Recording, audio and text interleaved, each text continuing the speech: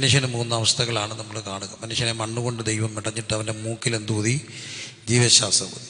By the way, ഒന്ന് അഡ്വാൻസായിട്ട് പറയട്ടെ, ഒന്ന് സഹകരിച്ചിരിക്കുക. ഒരു വലിയ അപേക്ഷയുണ്ട്. ഒന്നാമത് എനിക്കൊരു ചെറിയ ശാരീരിക പ്രശ്നം ഉണ്ടായി, ഒരു ഫുഡ് പോയിസൺ അടിച്ചാണ്, അപ്പോൾ അതിൻ്റെ ഒരു ക്ഷീണമുണ്ട്. രണ്ടാമത്തെ ഒരു കാര്യം, ഈ കാണുന്ന പുറമൂടിയും മൂച്ചുമൊക്കെ ഉള്ളൂ, വലിയ മനക്കെട്ടിയില്ലാത്ത ഒരാളാണ്. അതുകൊണ്ട് എൻ്റെ മുമ്പിൽ എന്നെ തുറിച്ച് നോക്കരുത്, എനിക്ക് ഭയങ്കര സങ്കടം വരും. ക്രുദ്ധിച്ച് നോക്കരുത്, ചിരിച്ചൊക്കെ ഇരിക്കണം. വീട്ടിൽ പിണക്കൊക്കെ ഉണ്ടായിരിക്കാം, എന്നാലും എന്നോടൊന്നും കാണിക്കല്ലേ. അപ്പം അതുകൊണ്ട് ഒന്ന് സന്തോഷമായിട്ടിരിക്കുക. കർത്താവ് നമ്മളെല്ലാവരെയും സഹായിക്കും. ദൈവം മനുഷ്യനെ സൃഷ്ടിക്കുന്നത് തൻ്റെ സ്വന്തം സ്വരൂപത്തിലും സാദൃശ്യത്തിലുമാണ്. മണ്ണുകൊണ്ട് മനുഷ്യനെ മെടഞ്ഞിട്ട് അവൻ്റെ മൂക്കിൽ എന്തൂതി? ജീവശ്വാസം ഊതി. അപ്പോൾ മനുഷ്യൻ ആരായി? ജീവനുള്ള ദേഹിയായിട്ട് മാറി എന്ന് കാണുകയാണ്. മനുഷ്യന് മൂന്നവസ്ഥകളെ കാണാം: ആത്മാവ്, ദേഹി, ദേഹം. ദേഹം, ദേഹി, ആത്മാവെന്ന് നമ്മൾ പെട്ടെന്ന് പറയും. അങ്ങനെ ദേഹം, ദേഹി, ആത്മാവെന്ന ആ ഒരു സമ്മേളനമാണ് മനുഷ്യൻ. ആത്മാവ് ദൈവാംശമാണ്. ആത്മാവ് അവങ്കിലേക്ക് പോകുന്നുവെന്ന് നാം കാണും. നമുക്ക് ദൈവം തന്നിരിക്കുന്ന മറ്റൊരു പ്രത്യേകതയാണ് നമ്മുടെ ചിന്താമണ്ഡലം, നമ്മുടെ ഇച്ഛാശക്തി, നമ്മുടെ ബുദ്ധിശക്തി, നമ്മുടെ തീരുമാനശേഷി. ആ മണ്ഡലങ്ങളെല്ലാമാണ് ദേഹി എന്ന മണ്ഡലം. മൂന്നാമത്തെ ഒരു കാര്യമാണ് നമ്മുടെ ഈ ശരീരമെന്ന പേടകം, അതാ ജഡം. ദേഹം, ദേഹി, ആത്മാവ്. മണ്ണുകൊണ്ട് ഉണ്ടാക്കിയ മനുഷ്യൻ്റെ ദേഹം, കൂടാരമായ ഞങ്ങളുടെ ഭൗമഭവനം അഴിഞ്ഞു പോയാൽ കൈപ്പണിയല്ലാത്ത ദൈവത്തിൻ്റെ ദാനമായൊരു കെട്ടിടം, അപ്പോൾ നമ്മളെ വഹിക്കുന്ന ഒരു കൂടാരം. അങ്ങനെ മൂന്നവസ്ഥകളിലാണ് ദൈവം മനുഷ്യനെ സൃഷ്ടിച്ചത്. എന്തിനാണ് ദൈവം മനുഷ്യനെ സൃഷ്ടിച്ചതെന്ന് കാണുന്നുണ്ട്. ദൈവം മനുഷ്യനെ സൃഷ്ടിച്ചത് തൻ്റെ സ്വന്തം സ്വരൂപത്തിലാണെന്ന് കാണും. സ്വന്തം സ്വരൂപത്തിലും സാദൃശ്യത്തിലും ദൈവത്തോടൊപ്പം, ദൈവത്തെക്കാൾ അല്പം മാത്രം താഴ്ത്തി ദൈവം മനുഷ്യനെ സൃഷ്ടിച്ചു എന്ന് കാണുകയാണ്. ദൈവത്തെക്കാൾ അല്പം മാത്രം താഴ്ത്തി, എന്നിട്ട് അവൻ്റെ മേലെ തേജസ്സും ബഹുമാനവും ഒക്കെ അണിയിച്ചു. അങ്ങനെ സൃഷ്ടിക്കപ്പെട്ട ഈ മനുഷ്യന് ഭയങ്കര ദൈവത്തോടൊപ്പം നടക്കാൻ, ദൈവത്തിൻ്റെ കർമ്മ പദ്ധതികൾ ഭൂമിയിൽ നടപ്പാക്കാൻ ദൈവം സൃഷ്ടിക്കപ്പെട്ടതാണ് മനുഷ്യൻ. ദൈവത്താൽ സൃഷ്ടിക്കപ്പെട്ട, ദൈവത്തിൻ്റെ സ്വരൂപം പേർന്നു. ദൈവത്തിൻ്റെ സ്വരൂപം എന്ന് നമ്മൾ പറയുമ്പോൾ ദൈവത്തിൻ്റെ ഏറ്റവും വലിയ സ്വരൂപം എന്താ? ദൈവം എന്നുള്ളൊരു ചിന്ത നമ്മുടെ മനസ്സിൽ വരുമ്പോൾ അത് ക്രൈസ്തവനോ ഹൈന്ദവനോ മുസൽമാനോ ആരുമാകട്ടെ, എന്നാലും ദൈവം എന്നുള്ളൊരു കൺസെപ്റ്റ്, ആ ഒരു ചിന്ത നമ്മുടെ മനസ്സിൽ വരുമ്പോൾ ആദ്യം വരുന്ന ഇമേജ് എന്താ, അല്ലെങ്കിൽ ഒരു ചിന്ത എന്താ? സ്നേഹമെന്നുള്ളതാണ്. വചനം ദൈവത്തെ എല്ലാം കൂടെ കാച്ചി കുറുക്കി ഒറ്റ വാക്കി പറയുന്നുണ്ട്. ദൈവം ആരാ? സ്നേഹം തന്നെ. God is love. ദൈവം സ്നേഹമാണ്. അപ്പം ദൈവം സ്നേഹമാണ്. ദൈവത്തിൻ്റെ സ്വരൂപം സ്നേഹത്തിൻ്റെതാണ്. അപ്പം മനുഷ്യന് ആ കഴിവ് കൊടുത്തു. സ്നേഹിക്കാനും സ്നേഹിക്കപ്പെടുവാനുമുള്ള ഒരു കഴിവ് കൊടുത്താണ് ദൈവം മനുഷ്യനെ സൃഷ്ടിച്ചത്. സ്നേഹിക്കാനും സ്നേഹിക്കപ്പെടുവാനുമുള്ളൊരു കഴിവ്, അതിനുള്ള അത് ദൈവം ബന്ധം കൂടാണ്. പിതാവും പുത്രനും പരിശുദ്ധനുമായ സർവേശ്വരൻ ത്രിയേക ദൈവത്തിൻ്റെ സ്വരൂപത്തെ മനുഷ്യനെ സൃഷ്ടിക്കുമ്പോൾ ക്രൈസ്തവ വിശ്വാസത്തിൻ്റെ അണിക്കലും ക്രൈസ്തവ വിശ്വാസത്തിൻ്റെ അചഞ്ചലമായ ഒരു അടിത്തറയുമാണ് തൃത്വത്തിലുള്ള വിശ്വാസം. ആ ത്രിയേക ദൈവം ബന്ധമാണ്, പിതാവും പുത്രനും പരിശുദ്ധാത്മാവും. അപ്പം ദൈവം ഒരു ബന്ധമാണ്. God is all about relationship. ദൈവം ബന്ധമാണ്. മൂന്ന് എന്നാൽ ഒന്ന് ബന്ധമാണ്. ആ ബന്ധത്തിൻ്റെ സ്വരൂപത്തിൽ സൃഷ്ടിക്കപ്പെട്ട മനുഷ്യനെ, അതിനപ്പുറത്തൊക്കെ അതിനെ നിർവചിക്കാൻ മനുഷ്യവാക്കുകൾ പരിമിതമാണ്. എന്നാലും ദൈവം ബന്ധമാണ്, ദൈവം സ്നേഹമാണ്. അങ്ങനെ ബന്ധങ്ങൾക്ക് വേണ്ടി, സ്നേഹത്തിന് വേണ്ടി, സ്നേഹിക്കപ്പെടാനുള്ള കഴിവോടുകൂടി സൃഷ്ടിക്കപ്പെട്ട മനുഷ്യനെ ദൈവം ഏതെൻ്റെ തോട്ടത്തിലാക്കി വെക്കുന്നു. അവൻ ഒറ്റയ്ക്കിരിക്കുന്ന അന്നല്ലെന്ന് കണ്ടിട്ട് ദൈവം അവനെന്ത് കൊടുത്തു? തക്കതായ ഒരു തുണയെ കൊടുത്തു. അതെങ്ങനെയാണ് കൊടുത്തു എന്നും കാണുന്നുണ്ട്. ദൈവം അവന് എന്ത് കൊടുത്തു? നിദ്ര കൊടുത്തു. നിദ്ര കൊടുത്തപ്പോൾ അവൻ ഉറങ്ങിയപ്പോൾ അവൻ്റെ വിലാപ്പുറത്തുനിന്ന് ഒരു സഹോദരിയെ എടുത്തു കൊടുക്കുക. ആ സഹോദരിയെ കണ്ടപ്പോൾ അവൻ പാടുന്നൊരു പാട്ടുണ്ട്. ഹീബ്രുവിൽ അതൊരു പോയമാണ്. എന്താ പാടുക? ഇവളെൻ്റെ അസ്ഥിയിൽ നിന്ന് അസ്ഥിയും മാംസത്തിൽ നിന്ന് മാംസവുമാണ്. ഇവളെൻ്റെ അസ്ഥിയിൽ നിന്ന് അസ്ഥിയും മാംസത്തിൽ നിന്ന് മാംസവുമാണ്. അത് പുരുഷൻ പാടിയൊരു പാട്ടാണ്. എന്താ അതിൻ്റെ അർത്ഥം? നീയാണ് എൻ്റെ ശക്തി എന്നാണ്. അസ്ഥിയാണ്. അസ്ഥിയുടെ അർത്ഥം എന്താ? ശക്തിയാണെന്നുള്ളത്. നീ എൻ്റെ ശക്തിയാണ്. സാധാരണ സഹോദരന്മാരിത് സമ്മതിച്ചു കൊടുക്കത്തില്ല, നീയാണ് എൻ്റെ ശക്തി എന്നുള്ളത്. പക്ഷേ സത്യത്തിൽ പറഞ്ഞാൽ അവളാണ് ശക്തി. അല്ല, മീശയുള്ള പക്ക മലയാളി രീതി പറഞ്ഞ, നെഞ്ചത്ത് രോമമുള്ള, ചുടക്കൂട്ടി പറഞ്ഞ, ചെവിയെ പൂടെയുള്ള ഒരാൾ ഇടയ്ക്ക് പറഞ്ഞ, ഞാൻ വെറും ആളല്ല, ചെവിയെ പൂടെയുള്ള ആളാണ്. അതിനെ അങ്ങനെ നെഞ്ചത്ത് രോമമുള്ള, മീശയുള്ള, ചെവിയെ പൂടെയുള്ള അച്ഛന, രാത്രി കിടന്നുറങ്ങുക ചേച്ചിയുടെ കൂടെ. പിള്ളേരൊന്നും വീട്ടിലില്ല. രാത്രി ആരോ കൊട്ടുന്നു, തട്ടുന്നു, കതക് പൊളിക്കുകയാണെന്നൊരു ചിന്ത. കള്ളനാണെന്നാ. ചേച്ചിയെ ഉണർത്താതെ പോയി കതക് തുറക്കുന്ന അച്ഛനുണ്ടോ? ചേച്ചിയെ ഉണർത്താതെ പോയി കഥ തുറക്കാമോ? തുറക്കും. എടിയേ എന്താ കൊട്ട്? ചുമ്മാ കിടക്കും മനുഷ്യ ഉറക്കത്തിൽ കൊട്ട്. നിങ്ങൾ സ്വപ്നം കണ്ട അല്ലടി കൊട്ട്? ഇല്ല മനുഷ്യ ഉറങ്ങാ. ഇത് ആണ്ട്രി കള്ളൻ. എന്നാൽ ഈ ചേച്ചി ഉണർത്താൻ പോകത്തില്ല. എന്തൊരു ധൈര്യ! പോമോ? പോത്തില്ല. പോണേ ആര് വേണം? ചേച്ചി വേണം. മിക്കവാറും മുമ്പിൽ പോകുന്ന ചേച്ചിയായിരിക്കും. ഇങ്ങനെ നിൽക്കത്തുള്ളൂ. ഞാനൊരിക്കൽ ഒരു വീട്ടിൽ മുറിക്കകത്ത് പാമ്പ് കയറി. എൻ്റെ പൊന്നെ, കട്ടിലേ കയറി അച്ചായൻ വടി കൊണ്ടടിക്കുക. അടിച്ചു കൊന്ന ചേച്ചിയ. ഇവളെൻ്റെ ആരാ? അസ്ഥിയ. അവളെൻ്റെ അസ്ഥിയ. അത് സത്യമാണ്. നമ്മളങ്ങ് സമ്മതിച്ചാൽ നമ്മൾ രക്ഷപ്പെടും. ഇവളെൻ്റെ ആരാ? അസ്ഥിയ. അല്ല, സത്യമായിട്ടും പറഞ്ഞോട്ടെ, ഈ ഭർത്താക്കന്മാരും മരിച്ചു പോയാൽ നിങ്ങളോട് സത്യം പറഞ്ഞാൽ സഹോദരിമാരെങ്ങനെയെങ്കിലുമൊക്കെ ജീവിക്കും. അവർ പിള്ളേരെയും വളർത്തി 4 പേരുടെ കുറ്റം അങ്ങോട്ടും ഇങ്ങോട്ടും പറഞ്ഞ് മരുമകളോടൊരു ക്ഷമിക്കണേ സ്ത്രീ ലൈവൊക്കെ പോവുക. നാളെ എന്നെ സ്ത്രീ വിരുദ്ധ ഒരു ബൂർഷയായിട്ടൊന്നും കാണരുത്. ഞാൻ നിങ്ങൾക്ക് അനുകൂലമായിട്ട് പറയല്ലേ. എങ്ങനെയെങ്കിലുമൊക്കെ അവരങ്ങ് ജീവിക്കും. പിള്ളേരെ വളർത്തിയും കൊച്ചുമക്കളെ വളർത്തിയും ഒക്കെ ജീവിക്കും. പക്ഷേ കെട്ടിയോള് മരിച്ചു പോയ കെട്ടിയോന്മാരുടെ കഥ വലിയ കഷ്ടമാണ്, വലിയ പാടാണ്. അവരെങ്ങനെ സമയം കളയും? അവരെങ്ങനെ ജീവിക്കും? വലിയ പാടാണ്. അവളാണ് എൻ്റെ ധൈര്യം എന്നുള്ള ശക്തി. എൻ്റെ അപ്പന് ഭയങ്കര ധൈര്യമായിരുന്നു. ഞാൻ കണ്ടിട്ടുള്ളതിലെ ധൈര്യശാലികളുള്ള ഈ മൂച്ചടിക്കാത്ത ഒരു ധൈര്യമുള്ളൊരു മനുഷ്യൻ. കാരണം എൻ്റെ കൊച്ചിലെ ഞാൻ കണ്ടൊരു കാര്യമാണ്. 100-150 പേരൊരു ഒന്നിച്ച് വരിക, 100-100-ലധികം ആൾക്കാർ കാണും. അവർ സംഘർഷാവസ്ഥ മുറ്റി നീക്കുക. കൂടെ ഇന്നോരും കൂട്ടുകാരെ എല്ലാം പോയി. അപ്പോൾ ഈ മനുഷ്യൻ ഒറ്റയ്ക്ക് നീക്കുക. എല്ലാവരും പറഞ്ഞു കുഞ്ഞോനെ മാറിക്കോളാൻ പറഞ്ഞു. ഇങ്ങനെ പോയില്ലെന്നേ. ഇങ്ങനെ ഒരു കൈക്കോടാലി എടുത്ത് വെച്ച് അവിടെ കുറച്ച് ഈ കോടാലി പോടുന്ന ഒരു ഇതിട്ടിട്ട് പതുക്കെ രാഗി ഇങ്ങനെ ഇരുന്നു. ഒറ്റ ഒരുത്ത അടുത്തില്ല. അപ്പം ധൈര്യമുണ്ടോ? ഭയങ്കര അല്ലേ കൂടത്തില്ലേ? സകലമാന മനുഷ്യരും പോയപ്പോഴും ഒറ്റയ്ക്ക് ഇങ്ങനെ ഇരുന്നു. ആ മനുഷ്യനെന്നോ ധൈര്യശാലിയായി. എൻ്റെ അമ്മ ഉള്ളപ്പോൾ എൻ്റെ അപ്പയ്ക്ക് ഇവർ തമ്മിൽ ഇടയ്ക്കിടയ്ക്ക് വഴക്കുണ്ടാക്കും. ഞാൻ പടത്തും പറയുന്ന വഴക്കിൻ്റെ കാരണം ഈ മനുഷ്യർക്കൊരു പ്രശ്നമുണ്ട്. നിങ്ങൾക്കെല്ലാം കണ്ട എല്ലാവർക്കും ഉള്ളൊരു പ്രശ്നം. നമ്മൾ 2 പേരും കുളിച്ചില്ലേ ഒരു കുഴപ്പമില്ല. പക്ഷെ ഒരാൾ കുളിച്ച് ഭയങ്കര പാടാണ്. ആരെ കാണുന്നത്? കുളിക്കാത്തവരെ കാണുന്നത്. അതൊരു സൈക്കോളജിയാണ്.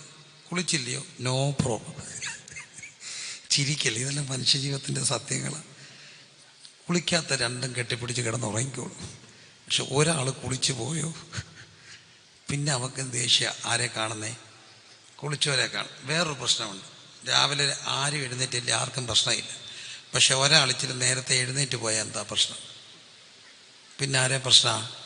ഉറങ്ങുന്നവരെ കാണുന്ന എന്താ പ്രശ്നം? ഒരു മുട്ട്, ഒരു കൊട്ട്, ഒരു തട്ട്, ഒരു ഓട്ടം. സ്വിച്ച് ഓൺ ആക്കുന്നു, സ്വിച്ച് ഓഫ് ആക്കുന്നു. എന്താ കാര്യം? ഞാൻ ഉണർന്നു, ഇനി ആരും എന്ത് ചെയ്യണ്ട, ഉറങ്ങണം. അപ്പോഴാണ് ഇത് ഉള്ളിപ്പിരാകുന്ന ഉണർന്നും പോയി നമ്മളെ ഒട്ടും ഉറങ്ങാൻ സമ്മതിക്കുന്നത്. അപ്പോൾ ഈ 2ഉം പ്രശ്നങ്ങളാണ്. ഉണർന്നവർക്ക് ആരെ കാണുന്ന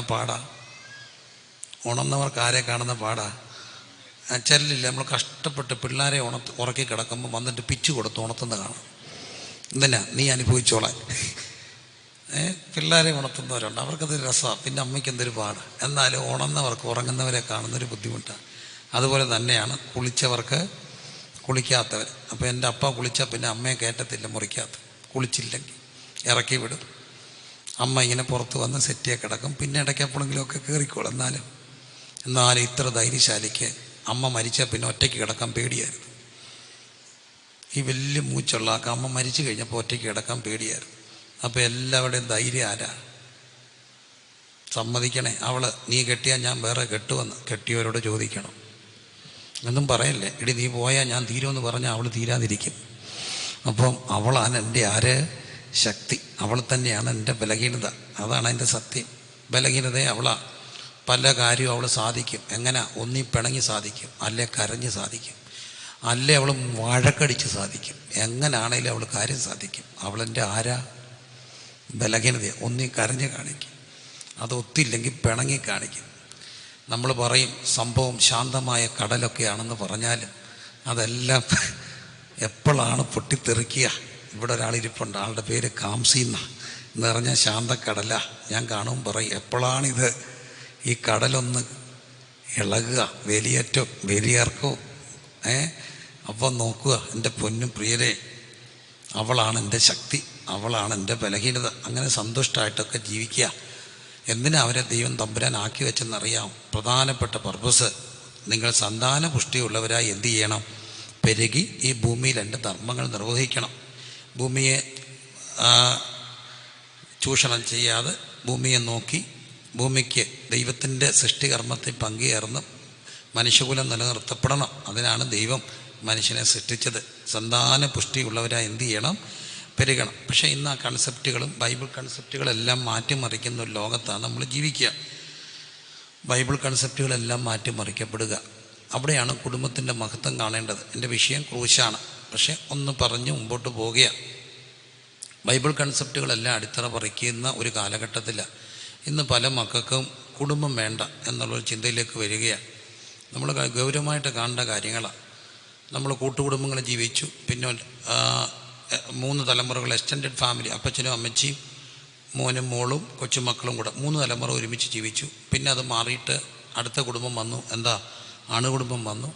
അത് കഴിഞ്ഞ് പിന്നെയും മുമ്പോട്ട് പോയപ്പോൾ ഒറ്റയ്ക്ക് താമസിക്കുന്ന പിരിഞ്ഞ ഒത്തിരി പേര് വന്നു. കല്യാണം വേണ്ടാന്ന് വെക്കുന്ന ഒത്തിരി പേരുണ്ട്.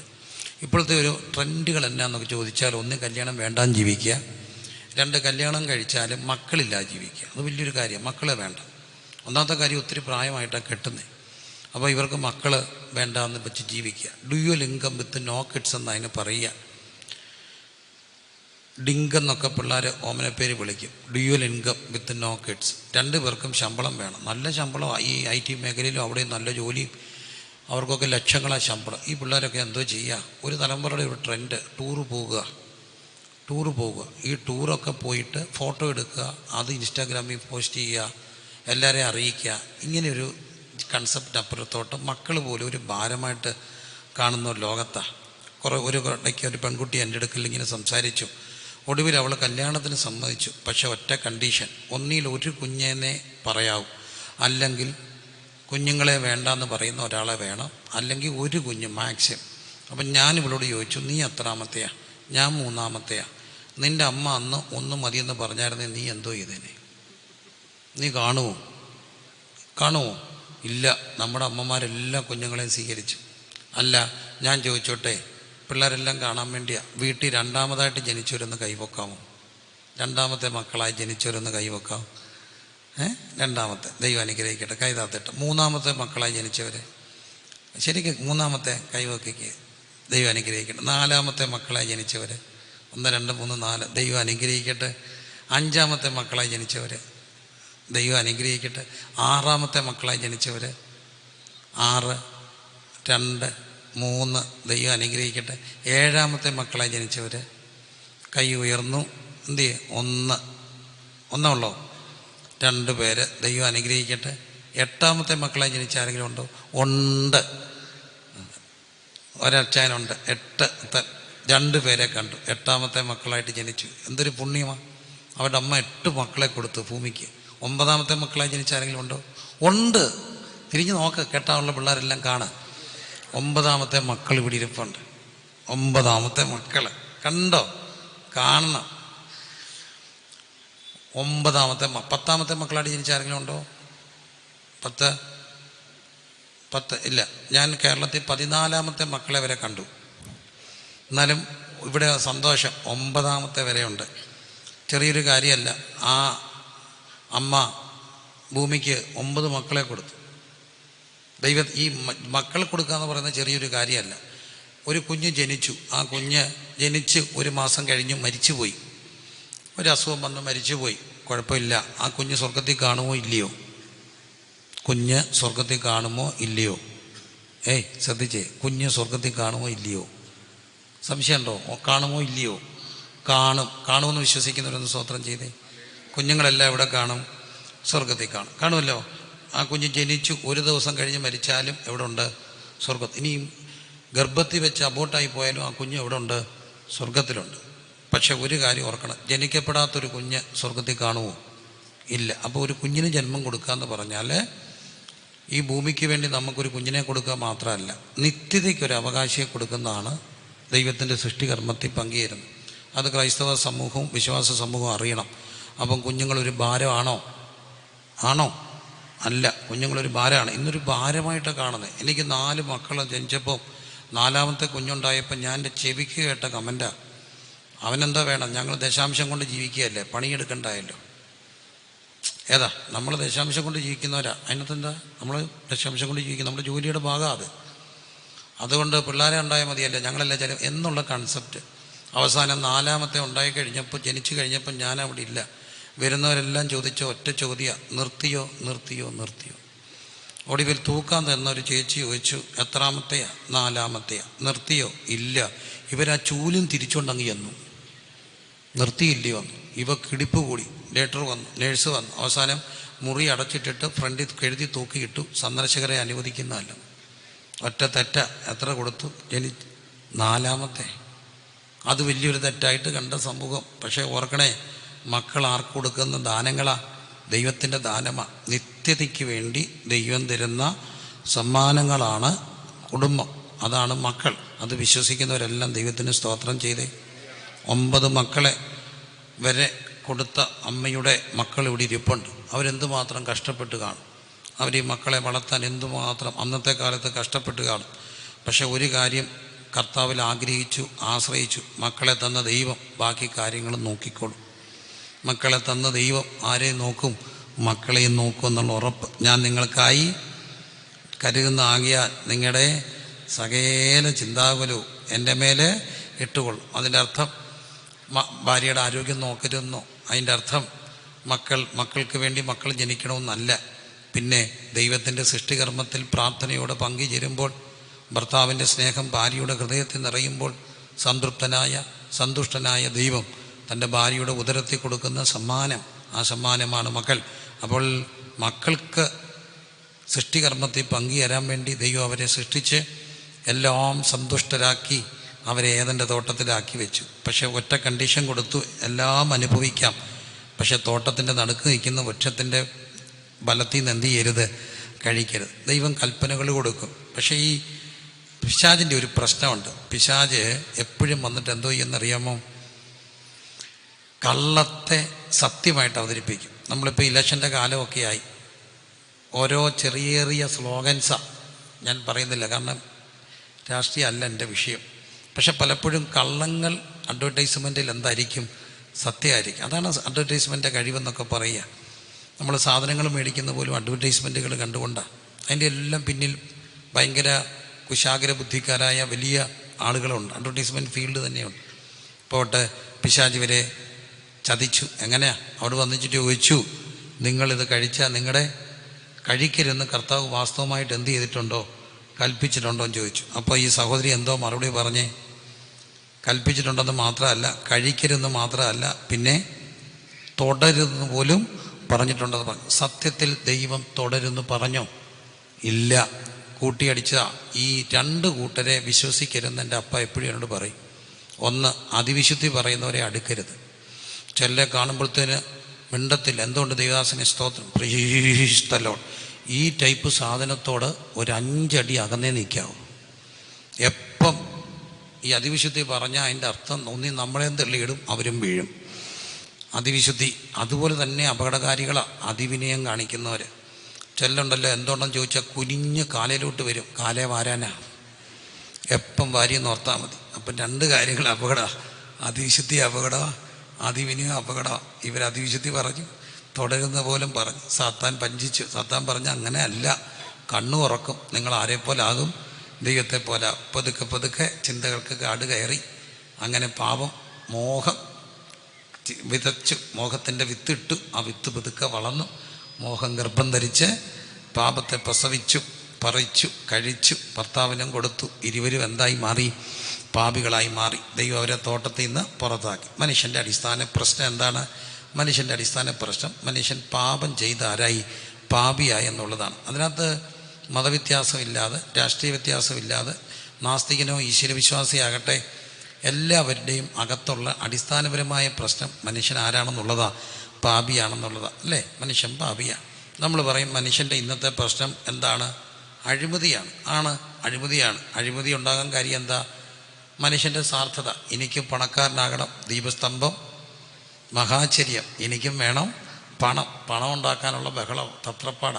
അതിൻ്റെ ഒരു ഭാഗമായിട്ട് രാഷ്ട്രീയം പോലും സംശുദ്ധമായിരുന്നു. രാഷ്ട്രീയം, പഴയകാല രാഷ്ട്രീയക്കാരൊക്കെ എന്തുമാത്രം ചുരുങ്ങി സംശുദ്ധമായിട്ടൊക്കെ ജീവിച്ച ആ ഒരു തലമുറയൊക്കെ ഓൾമോസ്റ്റ് അന്യം നിന്ന് പോവുക. ഉന്നതമായ ചിന്തകളും ലളിതമായ ജീവിതം കൊണ്ട് മനുഷ്യനെയൊക്കെ സ്വാധീനിച്ച ഗാന്ധിജി ഉൾപ്പെടെയുള്ള വലിയൊരു രാഷ്ട്രീയ സംശുദ്ധിയുള്ള ഉറവിടങ്ങളൊക്കെ ഇന്ന് മാറിക്കൊണ്ടിരിക്കുക. അപ്പോൾ എന്താണ്? അഴിമതിയുടെ കാര്യങ്ങൾ ഒറ്റ കാര്യത്തിന് പാപമാണ്. എനിക്ക് എങ്ങനെയെങ്കിലും ആരാകണം? പണം ഉണ്ടാക്കണം. ഇന്ന് നമ്മൾ പറയും ദാരിദ്ര്യമാണ്. ദാരിദ്ര്യം ഉണ്ടാകുന്നത് എന്തുകൊണ്ടാണ്? ഈ ഭൂമിയിൽ എന്തോരം മനുഷ്യരുണ്ടായാലും അവർക്ക് പങ്കുവെക്കപ്പെടാനുള്ള റിസോഴ്സുകൾ ഈ ഭൂമിയിലുണ്ട്. പക്ഷേ എന്തുകൊണ്ടാണ് ദാരിദ്ര്യം ഉണ്ടാകുക? ഇത് കുറച്ച് പേരുടെ കയ്യിൽ, കുത്തക മുതലാളിമാരുടെ കയ്യിലാകും. ഇവരത് കൂട്ടി വെക്കുന്നു, പൂഴ്ത്തി വെക്കുമ്പോൾ സാധനം കിട്ടാതാവും. സാധനം മാർക്കറ്റിൽ ഇല്ലാതെ വരുമ്പോൾ എന്തോ കൂടും?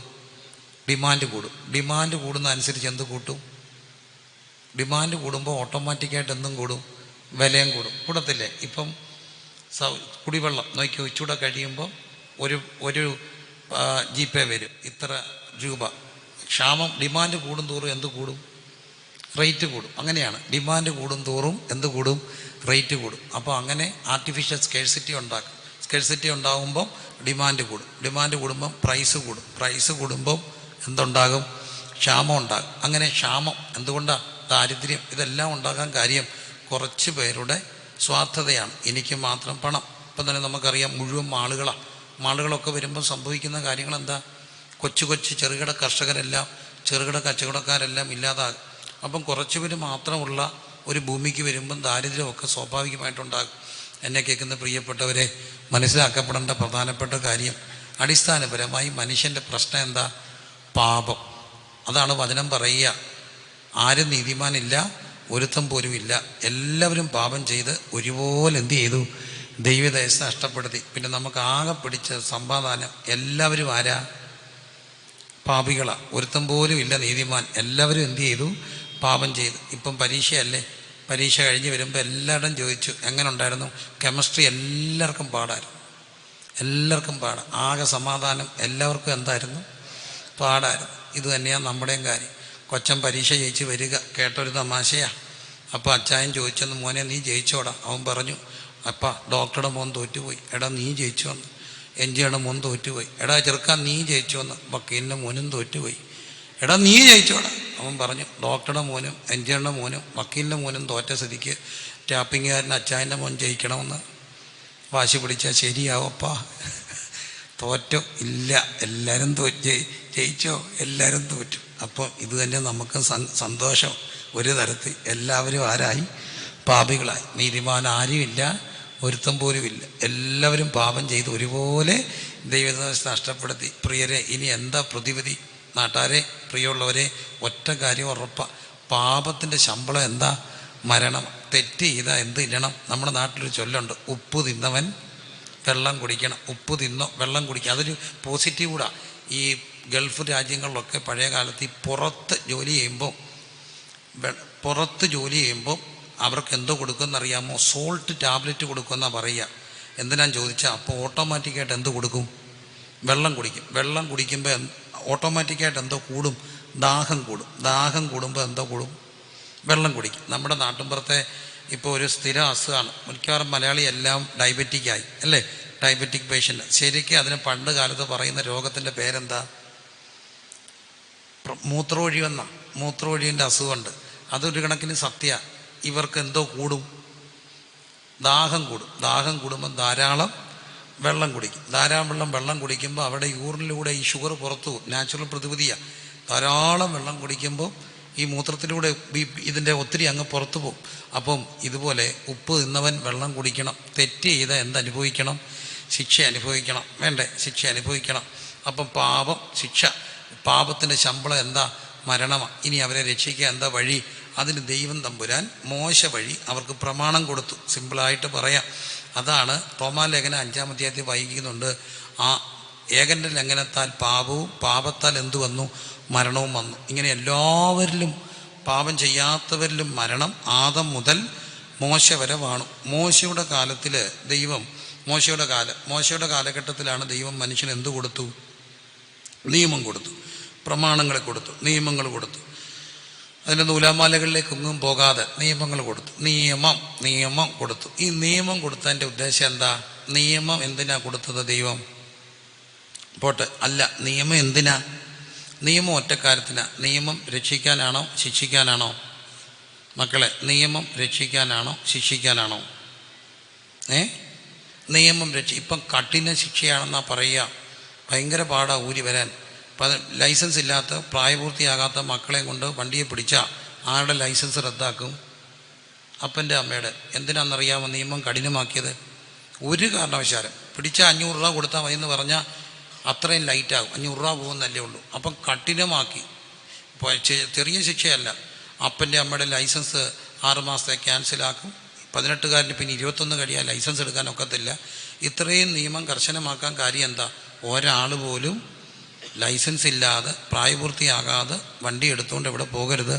റോഡിൽ പോകരുത്. എന്തിനാ നിയമം കഠിനമാക്കിയത്? നിയമം ലംഘിച്ചാൽ എന്ത് കിട്ടും? ശിക്ഷ കിട്ടും. അപ്പോൾ ആ ശിക്ഷ ഓർത്തെങ്കിലും എന്ത് ചെയ്യണം?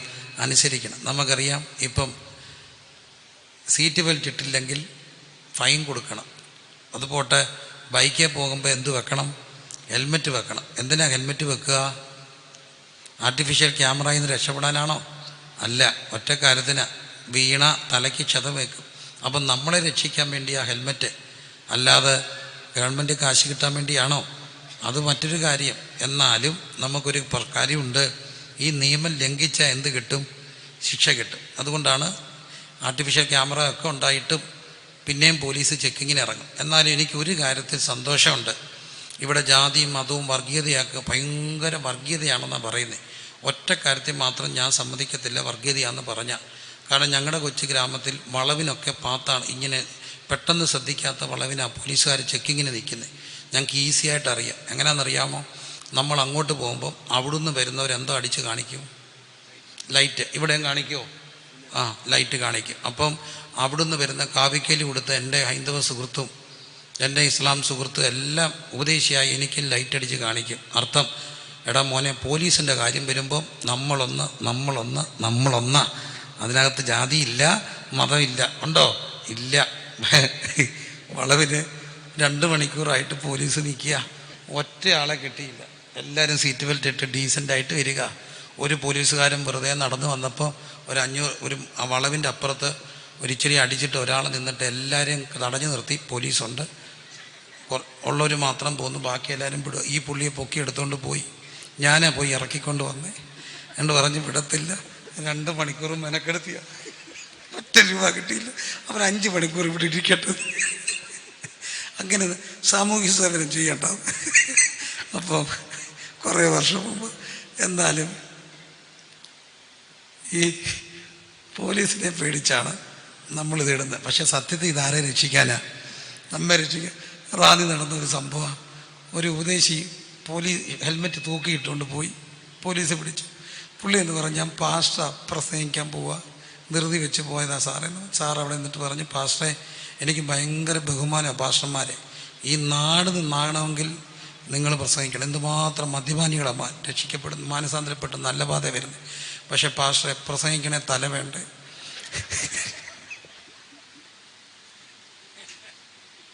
പാസ്റ്റർ ഇച്ചിരി ഫൈൻ കൂട്ടിത്തരണം. കാരണം പാസ്റ്റർ ജീവനോട് ഇരുന്നാലേ ഈ നാട് നന്നാകത്തുള്ളൂ. അപ്പോൾ ശിക്ഷ കിട്ടുന്ന ആർക്ക് വേണ്ടിയാണ്? നമ്മൾ രക്ഷിക്കാനാണോ ശിക്ഷിക്കാനാണോ? രക്ഷിക്കാൻ. ഏത് തെറ്റ് ചെയ്താലും ശിക്ഷ കിട്ടും. കിട്ടത്തില്ലേ? കിട്ടുമോ? കിട്ടും. മനുഷ്യനോട് ദൈവം പറഞ്ഞു, മുഖത്തെ വേർപ്പോട് എന്ത് കഴിക്കണം? ഉപജീവനം കഴിക്കും. അർത്ഥം, കഴിക്കണമെങ്കിൽ എന്ത് ചെയ്തിരിക്കണം?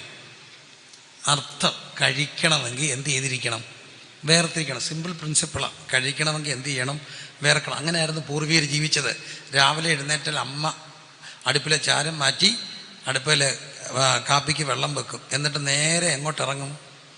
മിറ്റത്തോട്ടിറങ്ങും. എന്ത് ചെയ്യാനാ? മിറ്റം തൂക്കാൻ. മിറ്റം തൂക്കുമ്പം മിടുക്കരമ്മച്ചിമാരാണെങ്കിൽ നീളം കുറഞ്ഞ ചൂലെ മരുമൂക്ക് കൊടുക്കത്തുള്ളൂ. ഇതിനെ നീളം കുറഞ്ഞ ചൂല് കൊടുക്കുന്നറിയാം. അവൾ കുനിഞ്ഞ് നിന്ന് തൂറ്റിട്ട് വയറ് ചാടരുത്.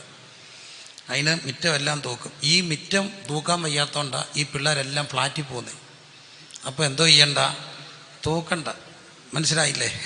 ഫ്ലാറ്റാണെങ്കിൽ മിറ്റം തൂക്കണ്ടായിരുന്നു. മിറ്റം തൂക്കണം. മിറ്റം തൂക്കാൻ അത് കഴിയുമ്പോഴത്തേന് പിന്നെ അപ്പോഴത്തേന് വേർത്തിട്ടാണ് എന്ത് ചെയ്യുന്നത്, കഴിക്കുക. അസുഖമുണ്ടോ? ഇല്ല. ഒരു നാഴി അരിയുടെ ചോറുണ്ണു. എന്നോ ചോറൊക്കെ ഉണ്ടെന്നേ. എന്നിട്ടും അവർക്ക് എന്തില്ലായിരുന്നു, ഷുഗറില്ലായിരുന്നു. കാരണം അവരെങ്ങനെയാണ് കഴിച്ചേ, വേർത്തിട്ട് കഴിച്ചു. ഒരു കുഴപ്പമുണ്ടോ? ഇല്ല. 2 കിലോ കപ്പയും തിന്നും. ആർക്കെങ്കിലും കപ്പയ്ക്ക് പ്രശ്നമുണ്ടോ? ഇല്ല. ഭയങ്കര ബാലൻസ്ഡ് ആയിരുന്നു. കപ്പ, കാർബോ വിത്ത് മത്തി, പ്രോട്ടീൻ, ഫോളിക് ആസിഡ് എല്ലാം കൂടെ കൂട്ടി അവർക്കൊരു കുഴപ്പമില്ല, ജീവിച്ചു. കാലം മുമ്പോട്ട് പോയി, കഴിച്ചു. പക്ഷെ എന്ത് ചെയ്തില്ല, വേർത്തില്ല. വേർക്കാതെ കഴിച്ചു. കിട്ടി ശിക്ഷ. എനിക്കും കിട്ടി. കിട്ടിയ പല്ല് ഇതിനകത്ത് ഇരിപ്പുണ്ടെന്ന് കണ്ടാൽ അറിയാം. എന്തോ ശിക്ഷ കിട്ടിയേ? ഡയബറ്റിക് കിട്ടി, പ്രഷർ കിട്ടി. പിന്നെ ബാക്കിയൊക്കെ ദൈവം കൃപയില്ല. എന്തായാലും ഡയബറ്റിക്കും പ്രഷറും എല്ലാം കിട്ടി. ഡോക്ടർ പറഞ്ഞു, എന്താ പറഞ്ഞു, രാവിലെ 45 മിനിറ്റ് എന്ത് ചെയ്യണം, നടക്കണം. എങ്ങനെ നടക്കണം? കൈ വീശി വേർത്ത് നടക്കണം. പക്ഷെ ഞാനങ്ങ് നിർത്തി. നടക്കാൻ പോയപ്പം പട്ടി കടിച്ചു. അപ്പം ഞാനോർത്ത് പേ പിടിച്ച് ചാകുന്നതിനും നല്ലത് കുറച്ചു നാളൊക്കെ ഇരുന്നോളൂ. പിന്നെ എൻ്റെ ഒരു സുഹൃത്ത് നടക്കാൻ പോയപ്പം വണ്ടി ഇടിച്ച് കത്തുപോയി. എനിക്കങ്ങ് സങ്കടമായി. അവൻ നടക്കാൻ പോയില്ലായിരുന്നേ അവനൊരു 60 വയസ്സ് വരെയെങ്കിലും പോകത്തില്ല. അപ്പോൾ എന്തോ ആയിക്കോട്ടെ. പിന്നെ നമ്മുടെ ആകെപ്പാടെ ഇപ്പോഴത്തെ ഡയറ്റ് എന്നാന്നറിയാം. 4 മണിക്ക് ഉഴുന്നുവട കഴിക്കുമ്പം പേപ്പറെ പൊതിഞ്ഞ് ഞെക്കിയിട്ട് കഴിക്കും. അതാണ് നമ്മുടെ ആകെ ഡയറ്റ്. ആ പേപ്പറിൻ്റെ ചെളി കൂടെ വയറ്റി ചൊല്ലും. പൊക്കോട്ടെ എൻ്റെ പ്രിയര്. തെറ്റ് ചെയ്ത എന്തോ കിട്ടും. കിട്ടിയോ? കിട്ടിയില്ലേ? കിട്ടി. മദ്യപിച്ച എന്തോ പോവും, കരൾ പോവും. കിട്ടത്തില്ലേ? വലിച്ച എന്തോ പോവും, ലങ്സ് പോവും. കിട്ടിയില്ലേ? കിട്ടി. തെറ്റ് ചെയ്താൽ എന്ത് കിട്ടും? ശിക്ഷ കിട്ടും. പക്ഷേ ഈ ശിക്ഷ കിട്ടുമെന്നറിഞ്ഞിട്ടും മനുഷ്യൻ എന്ത് ചെയ്യാൻ തുടങ്ങി? തെറ്റ് ചെയ്യാൻ. അപ്പോൾ ശിക്ഷ നിയമം വെച്ചു. നിയമം 10 കൽപ്പനകൾ, അതിൻ്റെ ഉപകൽപ്പനകൾ. ഇനി ഇതൊന്നും അറിയത്തെങ്കിലും മനസാക്ഷിക്കകത്തൊരു നിയമം ഇരിപ്പുണ്ട്. ഉണ്ടോ? മനസാക്ഷി ഉണ്ടോ? ഉണ്ട്. ഞാൻ നിങ്ങളോട് ചോദിച്ചോട്ടെ, നമ്മുടെ സമൂഹത്തിൻ്റെ വലിയൊരു പ്രത്യേകതയാണ് ലഹരി അനുവദിക്കത്തില്ല. അറിഞ്ഞുകൊണ്ട് തിരുമേശ എടുക്കരുന്ന് കർശനമായിട്ട് വിലക്കും. പണ്ടൊക്കെ പരസ്യമായിട്ട് വിലക്കായിരുന്നു. ഇപ്പം നമ്മൾ ചെവിയിലെങ്കിലും പറയും, അറിഞ്ഞുകൊണ്ട് അടി കിട്ടുമെന്ന് പറയും. സത്യവുമാണ്. എന്താ ലഹരിക്കെതിരെ നമ്മൾ ഇത്ര കർശന നിയമം എടുക്കുന്നത്? നിങ്ങളുടെ ശരീരം ദൈവത്തിൻ്റെ എന്താ മന്ദിരമാണ്. ദൈവത്തിൻ്റെ മന്ദിരത്തെ എന്ത് ചെയ്യരുത്? നശിപ്പിക്കരുത്. എന്നാൽ ഈ സിഗരറ്റ് വലിയൊക്കെ ചെയിൻ സ്മോക്കേഴ്സ് ആയിരുന്ന ആൾക്കാർ, പൊന്നുമുത്ത മോനെ അക്കരെ മിണ്ടാതിരുന്ന മുട്ടായി തരും പാസ്റ്ററെങ്കിലും മിണ്ടായിരുന്നാൽ പോരാ, നേരത്ത് മുട്ടായി തരാമെന്ന് പറഞ്ഞേ ഉണ്ടല്ലേ. അപ്പോൾ അങ്കിളിനോട് മേടിച്ചോണം മിണ്ടായിരുന്നിട്ട്. അപ്പോൾ എൻ്റെ പൊന്നും പ്രിയരെ, ഇവർ ചെല്ലോടൊക്കെ ചോദിക്കും ബീഡി വരെ നിർത്തിയോ? നിർത്തി. അച്ഛാ സത്യമാണോ? നിർത്തി അച്ഛാ. 4 പാക്കറ്റ് ഒക്കെ ആയിരുന്നു, ഇപ്പം നിർത്തി. പിന്നെയും ചോദിച്ചു സത്യം പറഞ്ഞാൽ ചോദിക്കും. ഇപ്പം അങ്ങനെയൊന്നും ഇല്ല. പിന്നെ രാവിലെ ടോയ്ലറ്റിൽ പോകുമ്പം മാത്രം ഒരു 1-2 പോകാം, അത് മാത്രമുള്ള ഭാഷ. അത് മൊത്തം വലിക്കത്തില്ല. പിന്നെ ഇവിടെ എന്തിനാ പോകുമ്പോൾ ഇച്ചിരി വലിക്കുന്നേ? അതൊരു പ്രശ്നമാണ്. ആദ്യം വലിച്ചപ്പോൾ എവിടെ ഇരുന്നാ വലിച്ചേ? ടോയ്ലറ്റിൽ പോയിരുന്ന. ആര് കാണാതിരിക്കാനാ? അമ്മ കാണാതിരിക്കാനാ. അമ്മ കണ്ടാൽ മോശമാണെന്ന് പറഞ്ഞ ആരാ?